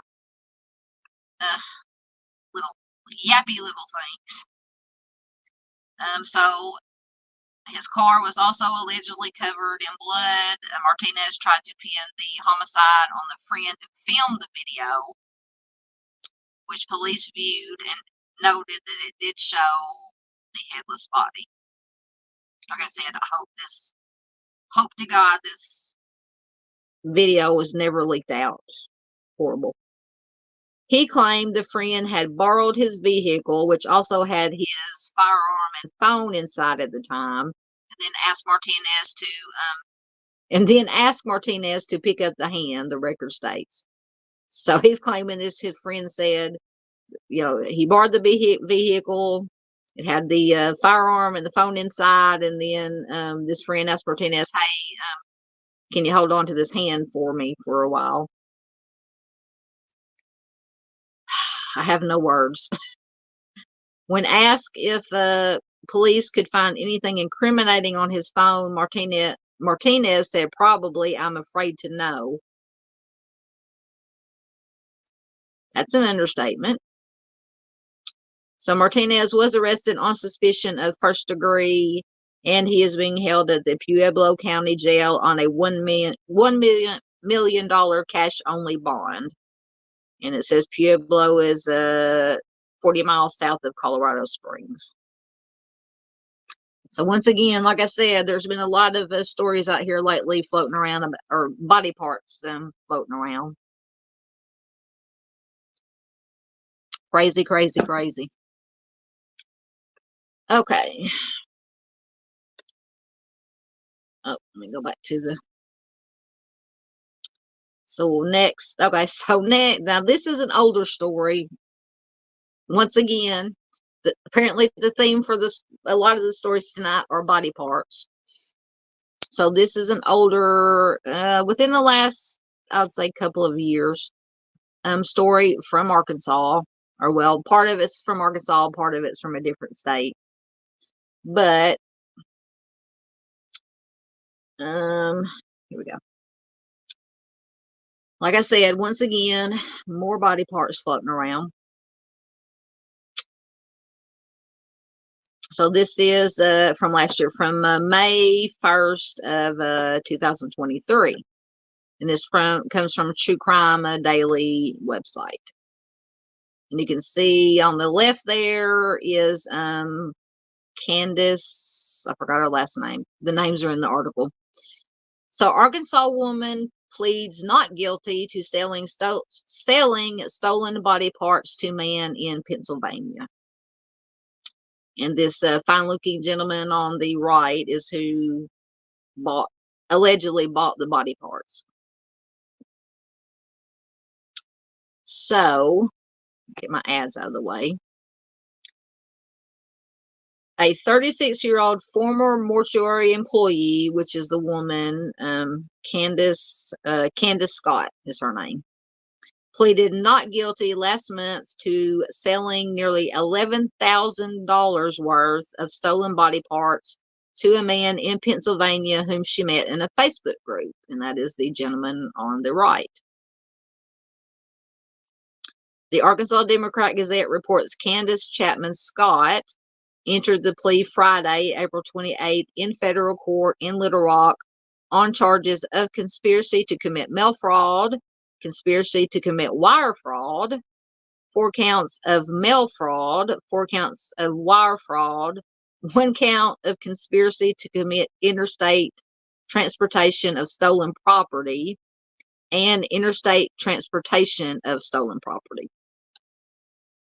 The stolen property being the body parts, because she stole them from the morgue that she worked at. Scott allegedly stole the human remains from a mortuary where she worked and sold them to Jeremy Lee Pauley, who was on the gentleman on the, pointing the wrong way, on the right. The right. Anyway. Yes, I'm goofy tonight. I still don't think I've recovered from the 3-hour live stream last night. So my brain's not even worse than usual. So she sold into this Jeremy Lee Pauley, who is based in East Pennsboro Township, Pennsylvania. According to NPR, Scott's employer performed cremations, including for the University of Arkansas Anatomy Lab. She reportedly messaged Pauley, who ran the Facebook group, and reached out to him saying, quote, I follow your page and work and love it. She put love in all capital letters. Just out of curiosity, would you know anyone in the market for a fully intact embalmed brain? I'm telling you, you cannot make this up. She sent him several body parts over the span of about 9 months, including, trigger warning, it's not too graphic, but disturbing. She sent him 2 brains, a heart, kidneys, livers, male genitalia, a whole human head, lungs, and more. Scott reportedly shipped the body parts via the U.S. Postal Service, and Polly allegedly paid her $10,975 in total. East Pennsboro Township Police arrested Mr. Polly in August of 2022 after someone called in June to report finding human remains and human skin inside a bucket in Polly's basement. Detectives searched his home and discovered 3 5-gallon buckets with human remains inside. A forensic pathology analyzed the findings, should be a forensic pathologist, analyzed the findings and confirmed that they were in fact human. NPR reports Scott's bail hearing is scheduled for Tuesday, and this was last year. I gotta look up, see if there's any updates on this case and see what the outcome was. And her trial will begin May 30th. So that was of last year. So I'm gonna have to look up and see any updates on the outcome of this trial. So yeah, once again, another, and like I said, this was an older one, not too much older. It was from May of last year. So not quite a year ago, but once again, more body parts floating around out there apparently.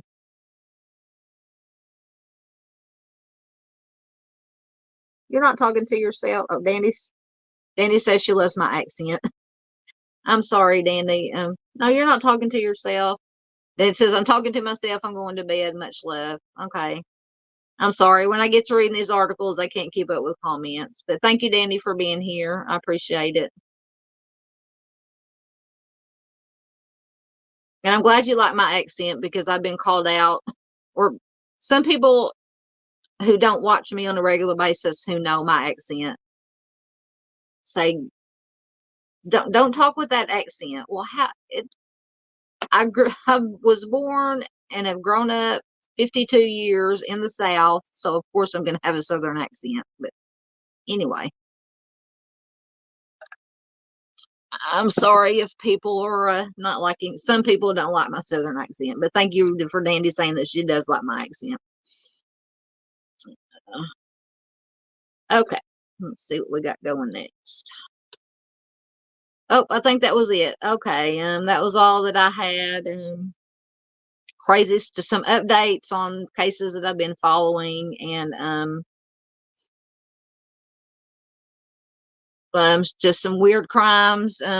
Once again, body part crimes cases going on. So there's 2 people here. If any of you, I don't know who you are. If you want to have any questions, comments, or any other cases you want to talk about, feel free.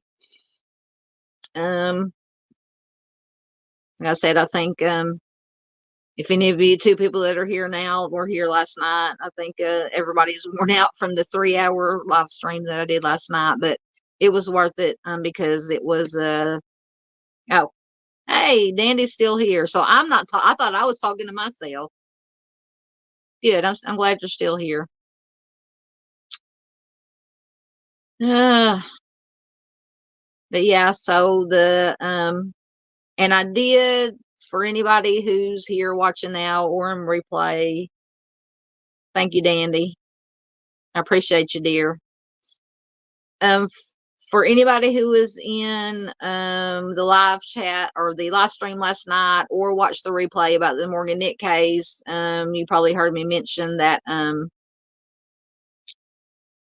I had some information that had been given to me that was never released publicly, possibly regarding Morgan, possible other persons of interest.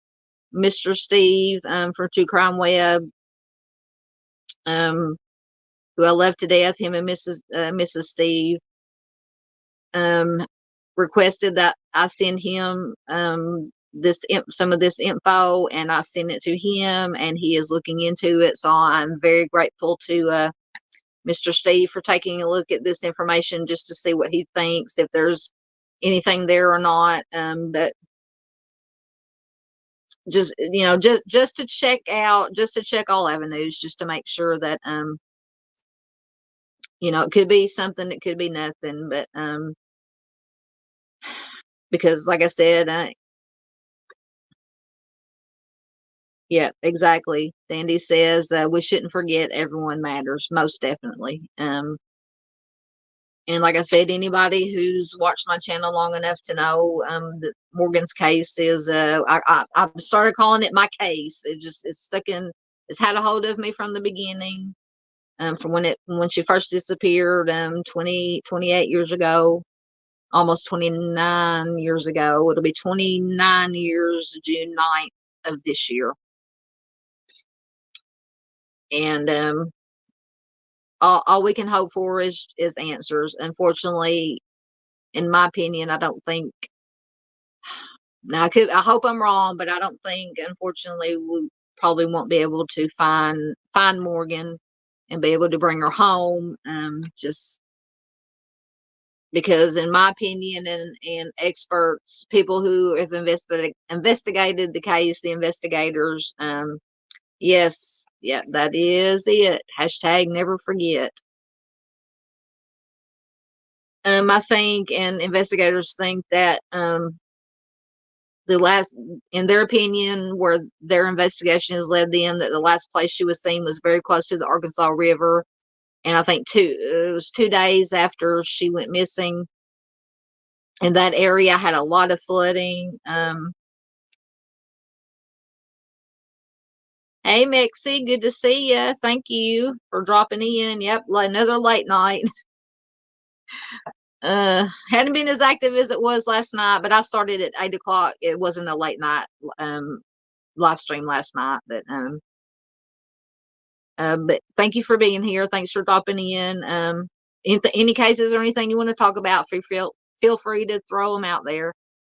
But yeah, so with Morgan's case,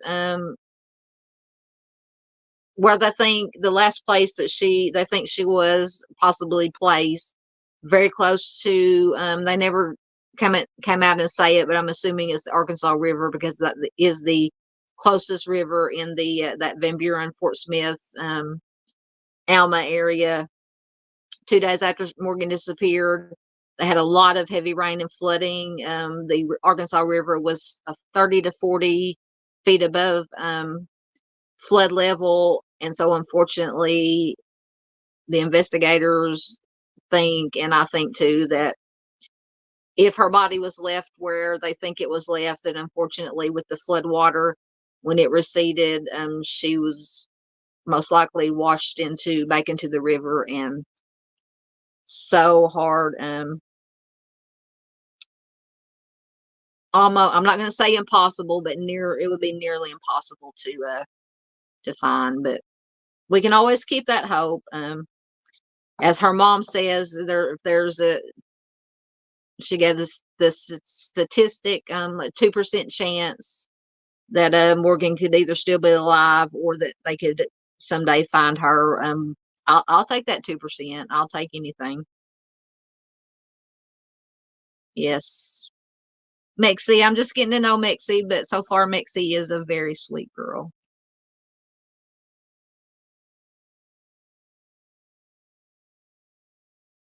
Springfield 3. I've heard that. May have to brush me up a little bit on that. Springfield 3. Is that the mother and the two sisters, or the daughter and the friend and the mother that went missing from the house. It's slowly coming back to me. Let me look it up. Hopefully I won't go into the upside down. Right, let me close that one out and start a new tab. I think it's coming back to me. I think it's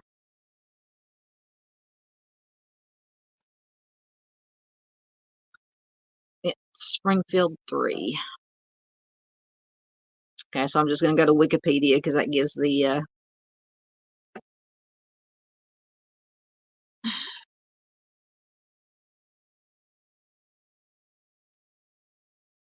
aha, yes, I got it.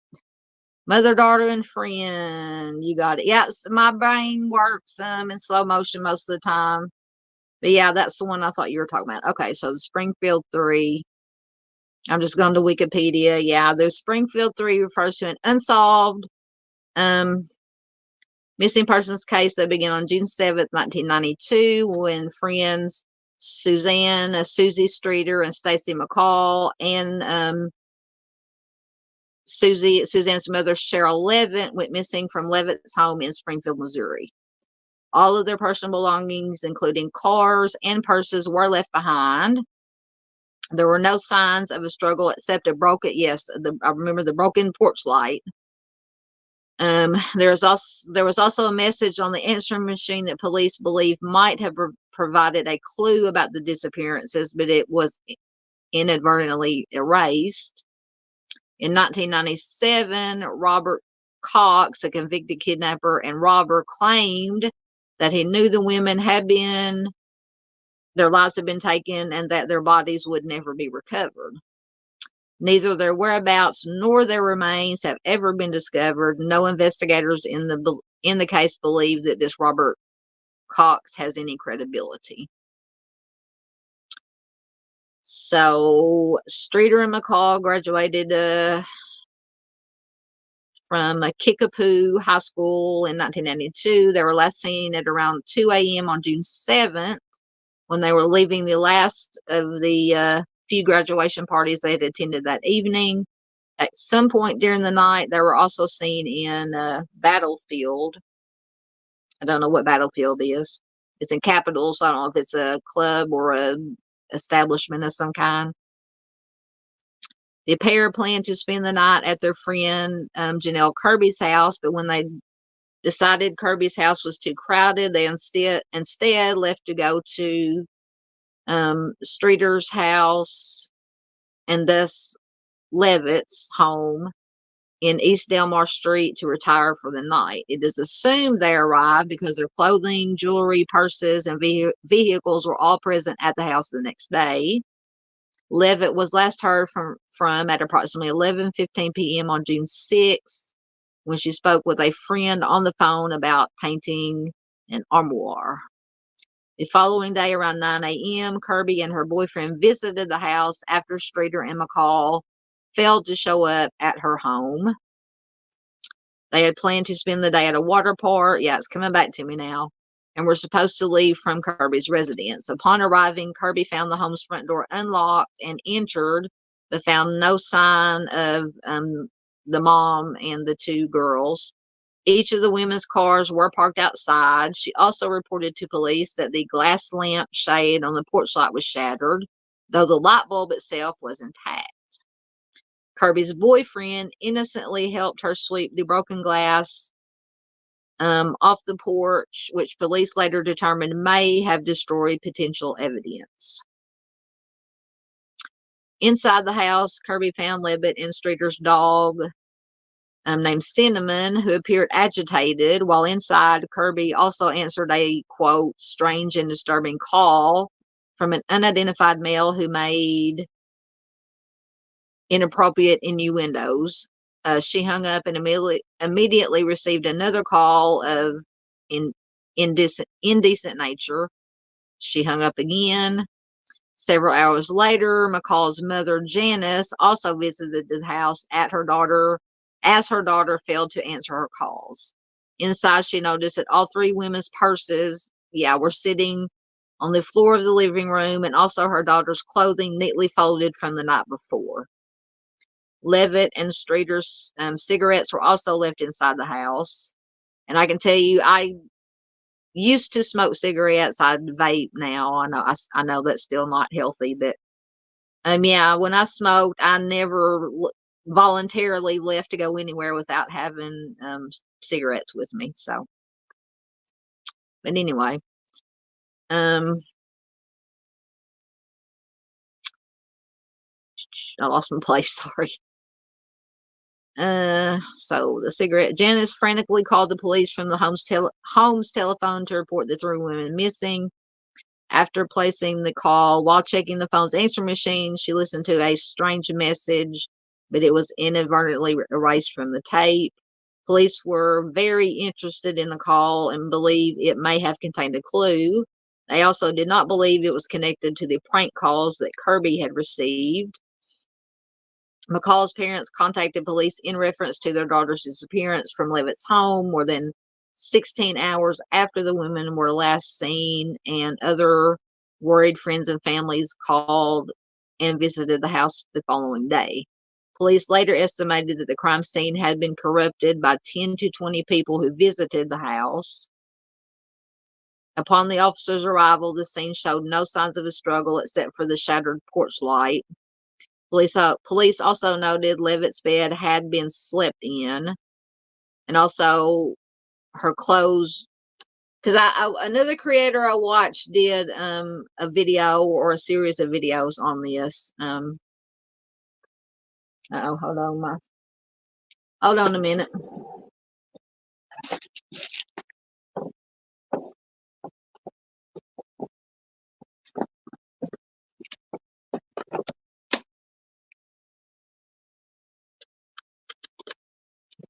Okay, I'm back.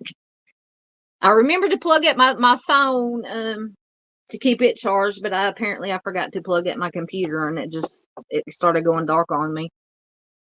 Okay, so we're all plugged in and good. We're powered up now. So police later estimated that the crime scene had been corrupted. No signs of struggle except for the shattered porch light. Police so I was going to say another creator I watched did at least one video or a series of videos. He was police. He was a cold case detective. He still works cold cases. Some of you may know who I'm talking about. May have watched his channel. But he made the point to say that since they found that the girl, the one bed had been slept in, and that her clothes were neatly folded, that he would make the deduction that they were asleep whatever happened. If somebody came in and forced them all to leave. All personal property was left behind, including purses, money, car keys, cigarettes, and the dog. So later developments. On December 31st, 1992, a man called the America's Most Wanted hotline with information about the women's disappearances, but the call was disconnected when the switchboard operator attempted to link up with Springfield investigators. Police said the caller had prime knowledge of the abductions, which I'm assuming that means knowledge that only the offender would know, and publicly appealed for the man to contact them, but he never did. Or by prime knowledge, it could mean, I don't know, I would take that to mean prime knowledge would be something that only the offender would know. But it could be prime knowledge, maybe the offender or somehow this person overheard something or saw something that was pertinent to the case that they said consider prime knowledge. Levitt and Streeter were declared legally deceased in 1997. However, their case files are still officially filed under missing. Investigators received a tip that the women's bodies were buried in the foundations of the South parking garage at Cox Hospital. I remember that from this creator's videos that I watched of his. He mentioned that.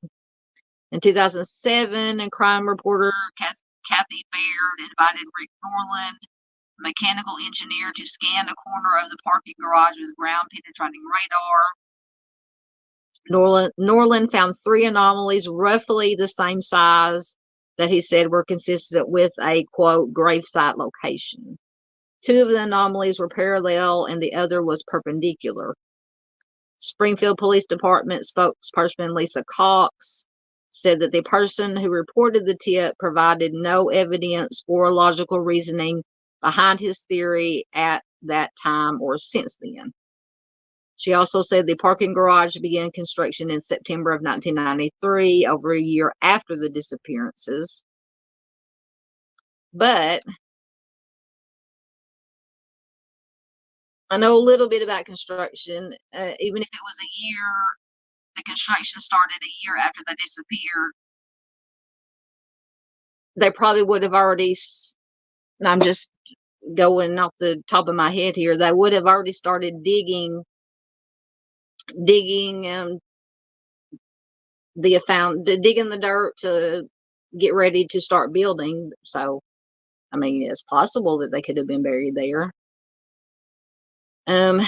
Digging up the area and subsequently reconstructing the structure would be extremely costly. Always comes down to money. And without any reasonable belief that the bodies could be located here, it is illogical to do so. And for those reasons, SPD does not intend to dig up. Investigators have determined this lead to not be credible. Daryl Moore, a former assistant at the Greene County Prosecutor's Office, said the tip came from someone who either claimed to be a psychic or claimed to have had a dream or a vision about the case. Let's see if we got any comments going.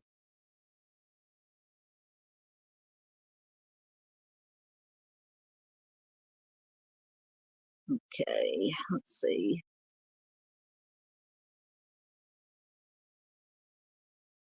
Yeah, Mexier says, I can't believe they just vanished like that. Yeah, look, once I got the squirrels going in my head, I started, things started coming back to me. Yes, the scene was weird because I think they said, because they were talking about the purses, this says they were lined up on the floor, and it may have, in this video from this other channel I watched, said that the purses were they were all lined up, 2 or 3 of them.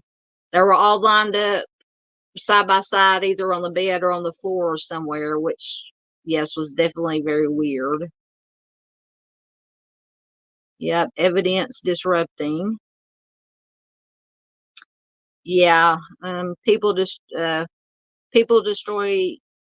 destroying evidence is never good. Yeah. And unfortunately, that happens not necessarily by law enforcement. Sometimes it does, but it takes me to the West Memphis 3 case. That either definitely the dump site where they found the 3 boys. They still haven't, in my opinion, determined if that was where they were actually, their lives were taken and they were dumped there. But that whole scene, that was just a dumpster fire. That was a hot mess because they did not wait for the medical examiner in the West Memphis 3 case to get there before they pulled even though they were obviously deceased, they went ahead and pulled, because they were in a creek under the water, but it was shallow enough where they could see them. But they pulled them out of the water up onto the bank where they were exposed to the sun, which could destroy any potential evidence. The medical examiner didn't get there for like hours, so it was at least 2 hours, I know. And then they came in and trampled on evidence. There was supposedly blood on the bank, but it was never collected. It was trampled on. It was just, like I said, I'm still trying to I'm going to do eventually, even though I know the West Memphis 3 case has been covered up, down, backwards, sideways, any way it can be covered. But it's only hour and a half down the road happened from where I live, and I just kind of want to do a series of videos on the West Memphis 3 just to give, because obviously I remember that too, because I was in my uh late teens, early 20s when it happened. So, and it was all over the news here. Um, so I just want to kind of do a series of videos just to give my perspective of what the community, how the community reacted to all this. And of course, back in the 80s, yeah, it was 80. I'm trying to think of the exact year. It's slipping my mind now. But anyway, you had the what they called the satanic panic going on down here in the South in the Bible Belt. And so I just want to kind of, I can give a perspective of how the community reacted and what people thought. And so I will eventually start doing, I don't know if I'm going to do videos or do live streams, because I do want to kind of do live streams to get feedback, instant feedback. So anyway, that's something I'm going to start working on. But let me know, anybody here or watching a replay, if you'd be interested in my view of the West Memphis 3 case, because I know it's a controversial case. But I'm glad to. Mexi says, because I was mentioning cigarettes earlier, Mexi says, I smoke vape, don't leave the house without it. So they left involuntarily. That's obvious. Do you think it was several people involved? See, that's the thing. It could be, and I've thought about this too, now that I'm going back and bringing up what I call my mental sticky notes about all these cases that I've, looked into. It was either more than, because there was 3 of them, one adult, or well, I guess you could consider them basically all adults, one, the mother, and then the 2 teenage girls. So in my opinion, unless they had something, a firearm or something to control them all with,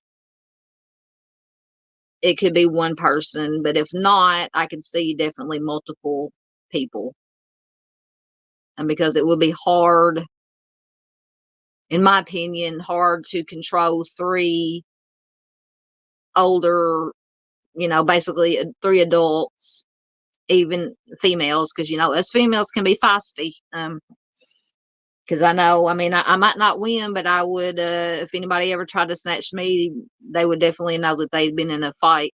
I might not win, but I would give it my best shot to. So yeah, like I said, I'm gonna have to look into this, refresh my memory on this case some more. But yeah, like I said, if he had a firearm, knife, or some way to control all of them, because apparently they left, maybe, I think, I'm trying to remember, and Mexi, if you're still here, or if anybody's left, if you left, and I'm back behind in comments, I'll get caught up. I think, did they not think that they exited out of the back door of the house? Because if I remember correctly, they would have been barefoot.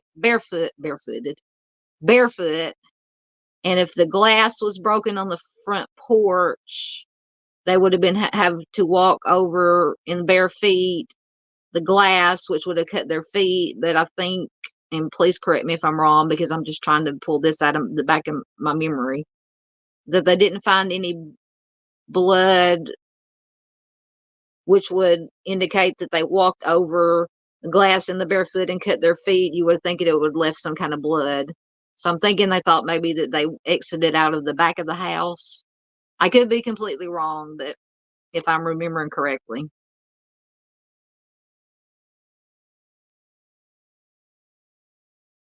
Okay. Mexi says, having a weapon would let one person take control, but I feel like these ladies would have made noise. Yeah. See, that's another thing. They would have made noise. Regardless of one person with a weapon, there was something that made all 3 women compliant. Yes.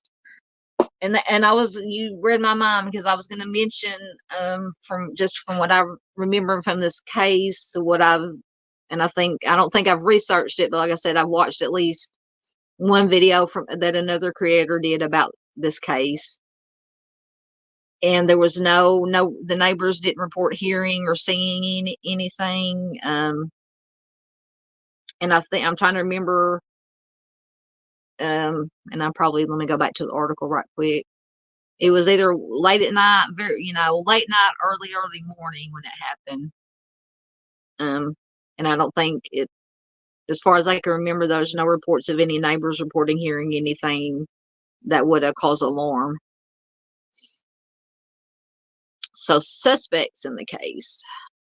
So Dustin Reckler, if I'm saying that right, was a former boyfriend of Susie Streeter. He apparently broke into his Springfield mausoleum a few months before the women vanished and stole $30 worth of gold fillings from a skull.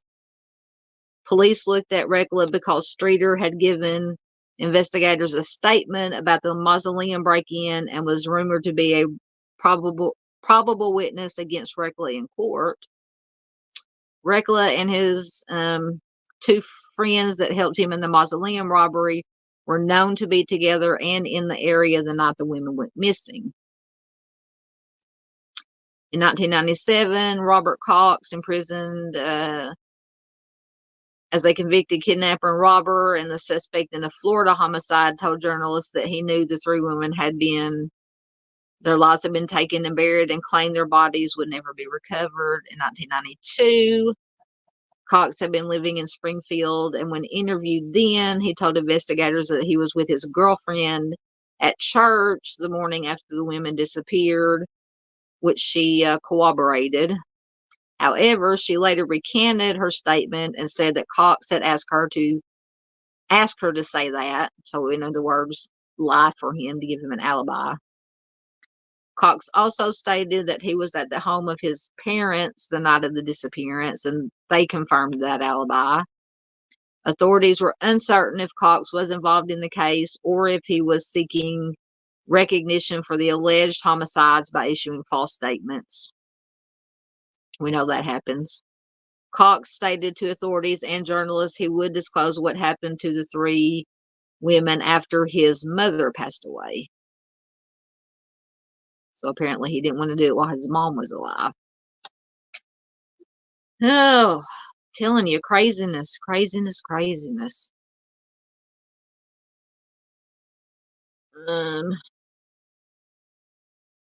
Yeah, I agree.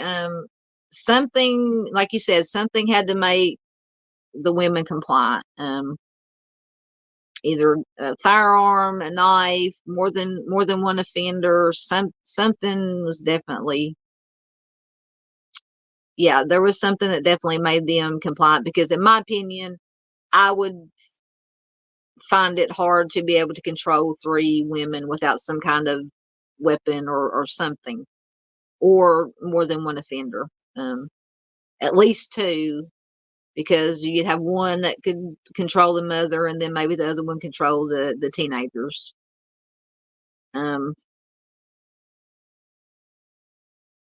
Yep. Mexi says, I love that you bring attention to these older cases. Yes, that is the purpose of my channel, is the missing persons, and to bring attention to these cases that don't get national attention, and these older cases that just hang around out there in true crime twilight zone, and they're forgotten or pushed to the back, and it just makes me so sad that happens, because yeah. So makes it set. Oh shoot. Sorry, I'm hitting the wrong buttons. Did I make a good point? I've been babbling, so I don't know what point that you said was a good point, but thank you. Every once in a while, I have my moments about making some good points, or just observations, just trying to use my common sense and things that might learn how to use my deductive reasoning, and do, taking possibilities down to what would be possible or probable, and all that good stuff. And a lot of it's just, common sense. You know, if it makes sense, or actually, if it doesn't make sense, then you question it or you look into it. Yeah, Mexi says we have the tech and science to solve a lot of these. This is the time, most definitely. And yeah, there are a lot of these older cases now that are with the advancements in the DNA and advancements in DNA and forensic, and the starting to use hope more accepted this genetic genealogy, that a lot of these serial offenders like the Golden State Killer or I keep forgetting. I'm gonna get flagged. I think I've said the M word and the K word a lot tonight just because my brain is um but the Golden James Joseph D'Angelo, the Golden State offender, and within the last decade was that's how they got him with genetic genealogy.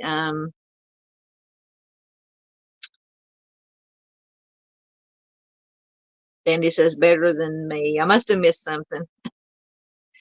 And then I'm trying to think of some others within. And I just did which I'm going to post it, was tomorrow. Tomorrow's Sunday. No, so Monday I'll have my Missing Person Monday video. And then Wednesday I'm going to post a video talking about serial offenders.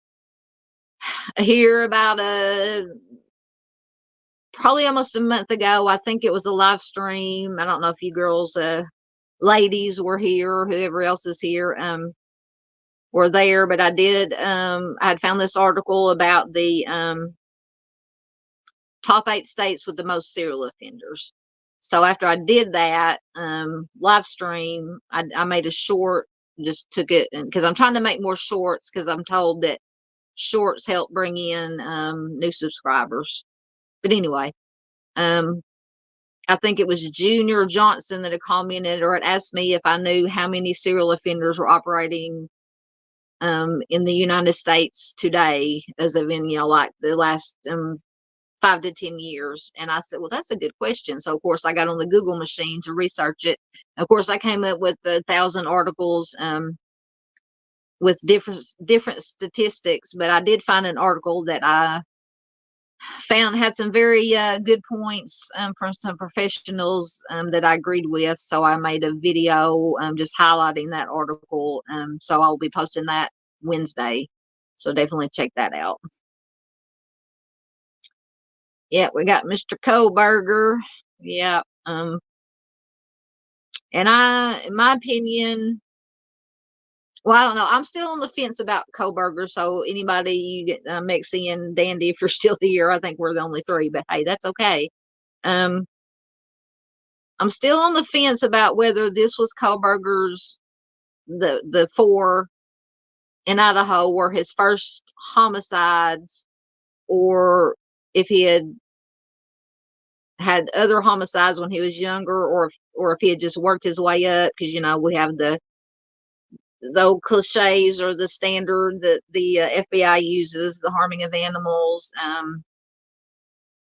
peeping Tom, burglaries, and then they work their way up, eventually do serial homicides.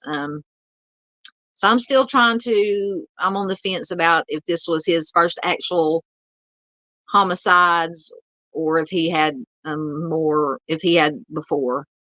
But anybody watching Dandy or Mexi here now, or anybody watching on replay, let me know what you guys think about Kohlberger's. Now with Heuermann, in my opinion, most definitely he's got a body trail from who knows across the United States. Most definitely, we know, allegedly, we know in New York. He has ties to South Carolina. He has ties to Las Vegas. I think they've ruled him out of the Atlantic City thing, the Eastbound Strangler thing. But yeah, in my opinion, Heuermann, and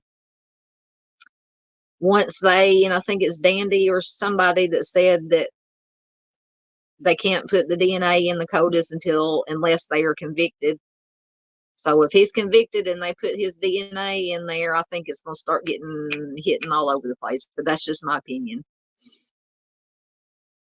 Yep, most definitely they have solved a bunch recently. Yeah. Now I'm trying to, like I said, once again, trying to think of some other ones within the last 5 to 10 years that they've solved or caught or discovered, serial offenders they've discovered.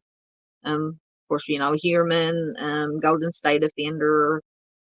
Um,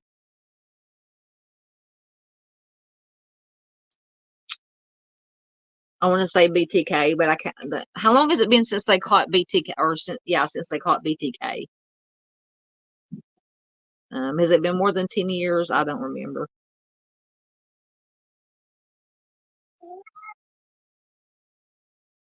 Dandy says 2024 is going to be a great year. Yes, hopefully. Because we got three, two. Sorry, my cat is running amok right now. Um, we got the Koberger, we got Huerman, we got Delphi. So hopefully there's going to be some resolution in those cases.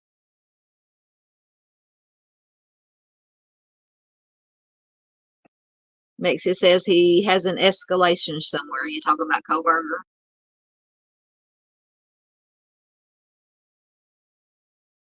Oh yeah, okay. I would read my comments. Mexi says I think his creepiness started within his own family. His sisters became psychologists for a reason, in my opinion. Yeah. Um. Yeah, like I said, I'm still on the fence about whether he had committed homicide before, or if the Idaho was the first. And like I said, he'd been working his way up. Um. But yeah, he in my opinion, he's definitely had involved in some kind of criminal activity before um the Idaho 4. Yep, the internet is going to bury him. Yep, I think him and Huerman, because most definitely Koberger and Huerman, a lot of his is the triangulation of the cell phone pings that put him in that area. Oh yeah, BTK. See, I lose track of time. Makes it said BTK was arrested late 90s. Floppy disks were still a thing. Yeah. Oh, so yeah, and BTK was caught in 2005. Yeah. So was it going back to the floppy disk? Was it BTK? Is that how they caught him because he did something at the church? Or am I thinking of another one? There's one where that's how they caught him, with some kind of, he sent letters. Because I know BTK sent letters, and they traced the typewriter or floppy disk back to this church that he was a member of. I could be getting my cases mixed up, but um,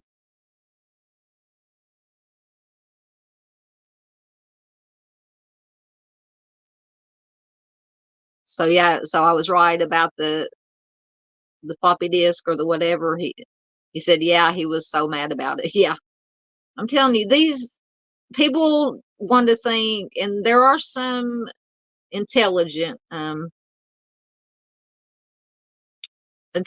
say intelligent serial offenders, but people want to say, oh, they're geniuses, and they're not geniuses, because if they were geniuses, and I know there are no perfect homicides, no perfect crimes, but if they were geniuses, they wouldn't get caught. I mean, it's just, especially with the technology, with Koberger, with the caught on his car and caught on the cameras, and then the cell phone pings, and then with Huerman and the DNA and the cell phone, once again the technology, and the Huerman with the internet search terms. Oh my goodness.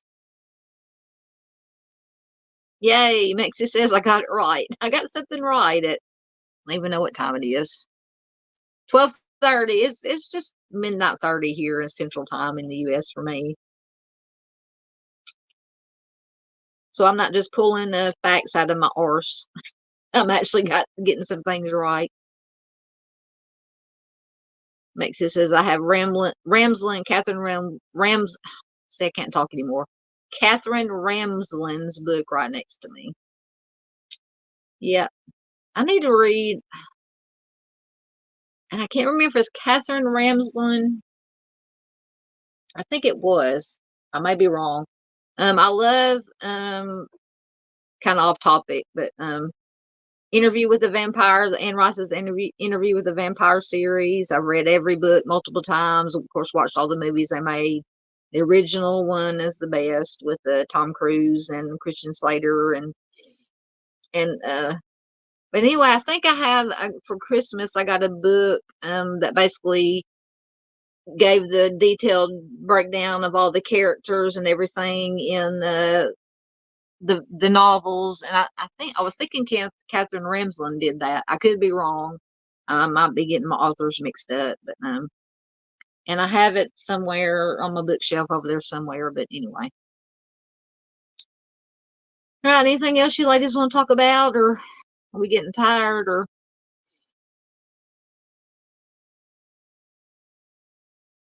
So are y'all here? I know Dandy and I think Mexi dropped in last night for the three that ended up being 3 hour live stream. Did y'all guys enjoy that? Or I did not intend for it to go 3 hours. I usually try to shoot for an hour and a half and usually not over 2 hours because I know replay, if it's longer, a lot of people won't watch replay, but but yeah, with, like I said, once again, I always harp on Morgan's case, but any and all discussion is good to keep her name out there, and any case needs to be, especially like y'all said, these older cases need to be discussed, so they won't get shoved back in the back of the shelf and forgotten about. So I try to do my best to and most of my Missing Person Monday videos I do are missing person cold cases because I mean it doesn't a lot of them still have family that still need and want and deserve answers, and the victim needs justice if there's so yeah, I try to concentrate on cold cases. So yeah, all right, ladies, do you have anything else? Did you fall asleep on me? I think I'm about to fall asleep. Actually, after last night, then after I finished my live stream last night, and I think Dandy showed up too. I just started because I usually go back and go through and watch my live streams because I'm OCD and I want to make sure that I didn't say anything horribly, horribly stupid or something. But I just got into start watching the replay of my live stream, and then Dave came on, and I think Dandy was there maybe for a little bit. I'm not sure. I could be wrong. So I stayed up whatever time it was here when he finished. I watched Dave's live. He had a good live last night with his true crime recap. Dandy says she's done. Yeah, I think I'm getting there too. My voice it's 2.5 hours. My voice is giving out on me, and I think all this weather here has got my sinuses and my throat all messed up. And all right, my dears, thank you for sticking with me. Thank everybody who was here earlier. Dandy, Mexi, Nanar dropped in, Junior dropped in. I want to make sure I don't forget anybody. Going down through comments. Junior, I think I said Junior. He popped in and out. I think Junior was sleepwatching. Nanar was here. Junior. Ryu dropped in earlier. All right, guys. So thank everybody who came in listened to me babble on for a little bit about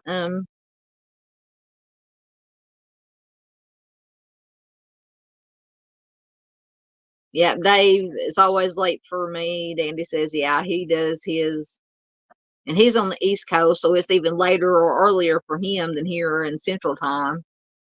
Because in Central Time, it's usually anywhere between 12 or 1 o'clock in the morning my time, so that would be 1:30, 2 o'clock his time. But yeah, since I'm not working right now, I can stay up as late as I want to. So I try to tune into Dave's lives and whenever I can. All right, ladies. Thank you so much. Thank you everybody who was lurking earlier and everybody who participated. Everybody who's watching replay, thank you so much. I appreciate any and all support. Please give me a thumbs up before you leave, or if you're watching replay, like, share, comment. That helps small channels like mine. I think Mexi, I think Dave was here earlier. Maybe, I don't know. I'm so confused right now. Yeah, my brain is shutting down. It's definitely time for me to get off. I think I saw Dave may have popped in. I don't know. Maybe not. Or somebody mentioned Dave. Yeah, I lost my train of thought, of course. So yeah, thanks everybody. Monday or tomorrow, I'm going to spend all day just lounging in bed watching football. I'll upload my missing person Monday video Monday. I'll upload that serial offender video Wednesday, and then I'll figure out what case I'm going to do for my case of the week Friday. Decide if I'm just going to do a video or a live stream. I haven't figured it out yet. I don't want to wear all you guys out with 3-hour live streams, but I like the interaction with the live streams. But anyway, so until next time, I'm trying to multitask. Until next time, everybody, please take care of yourselves. Be careful out there. Take care of each other. Stay safe, stay warm, stay dry. And I will see you next time. Bye, guys.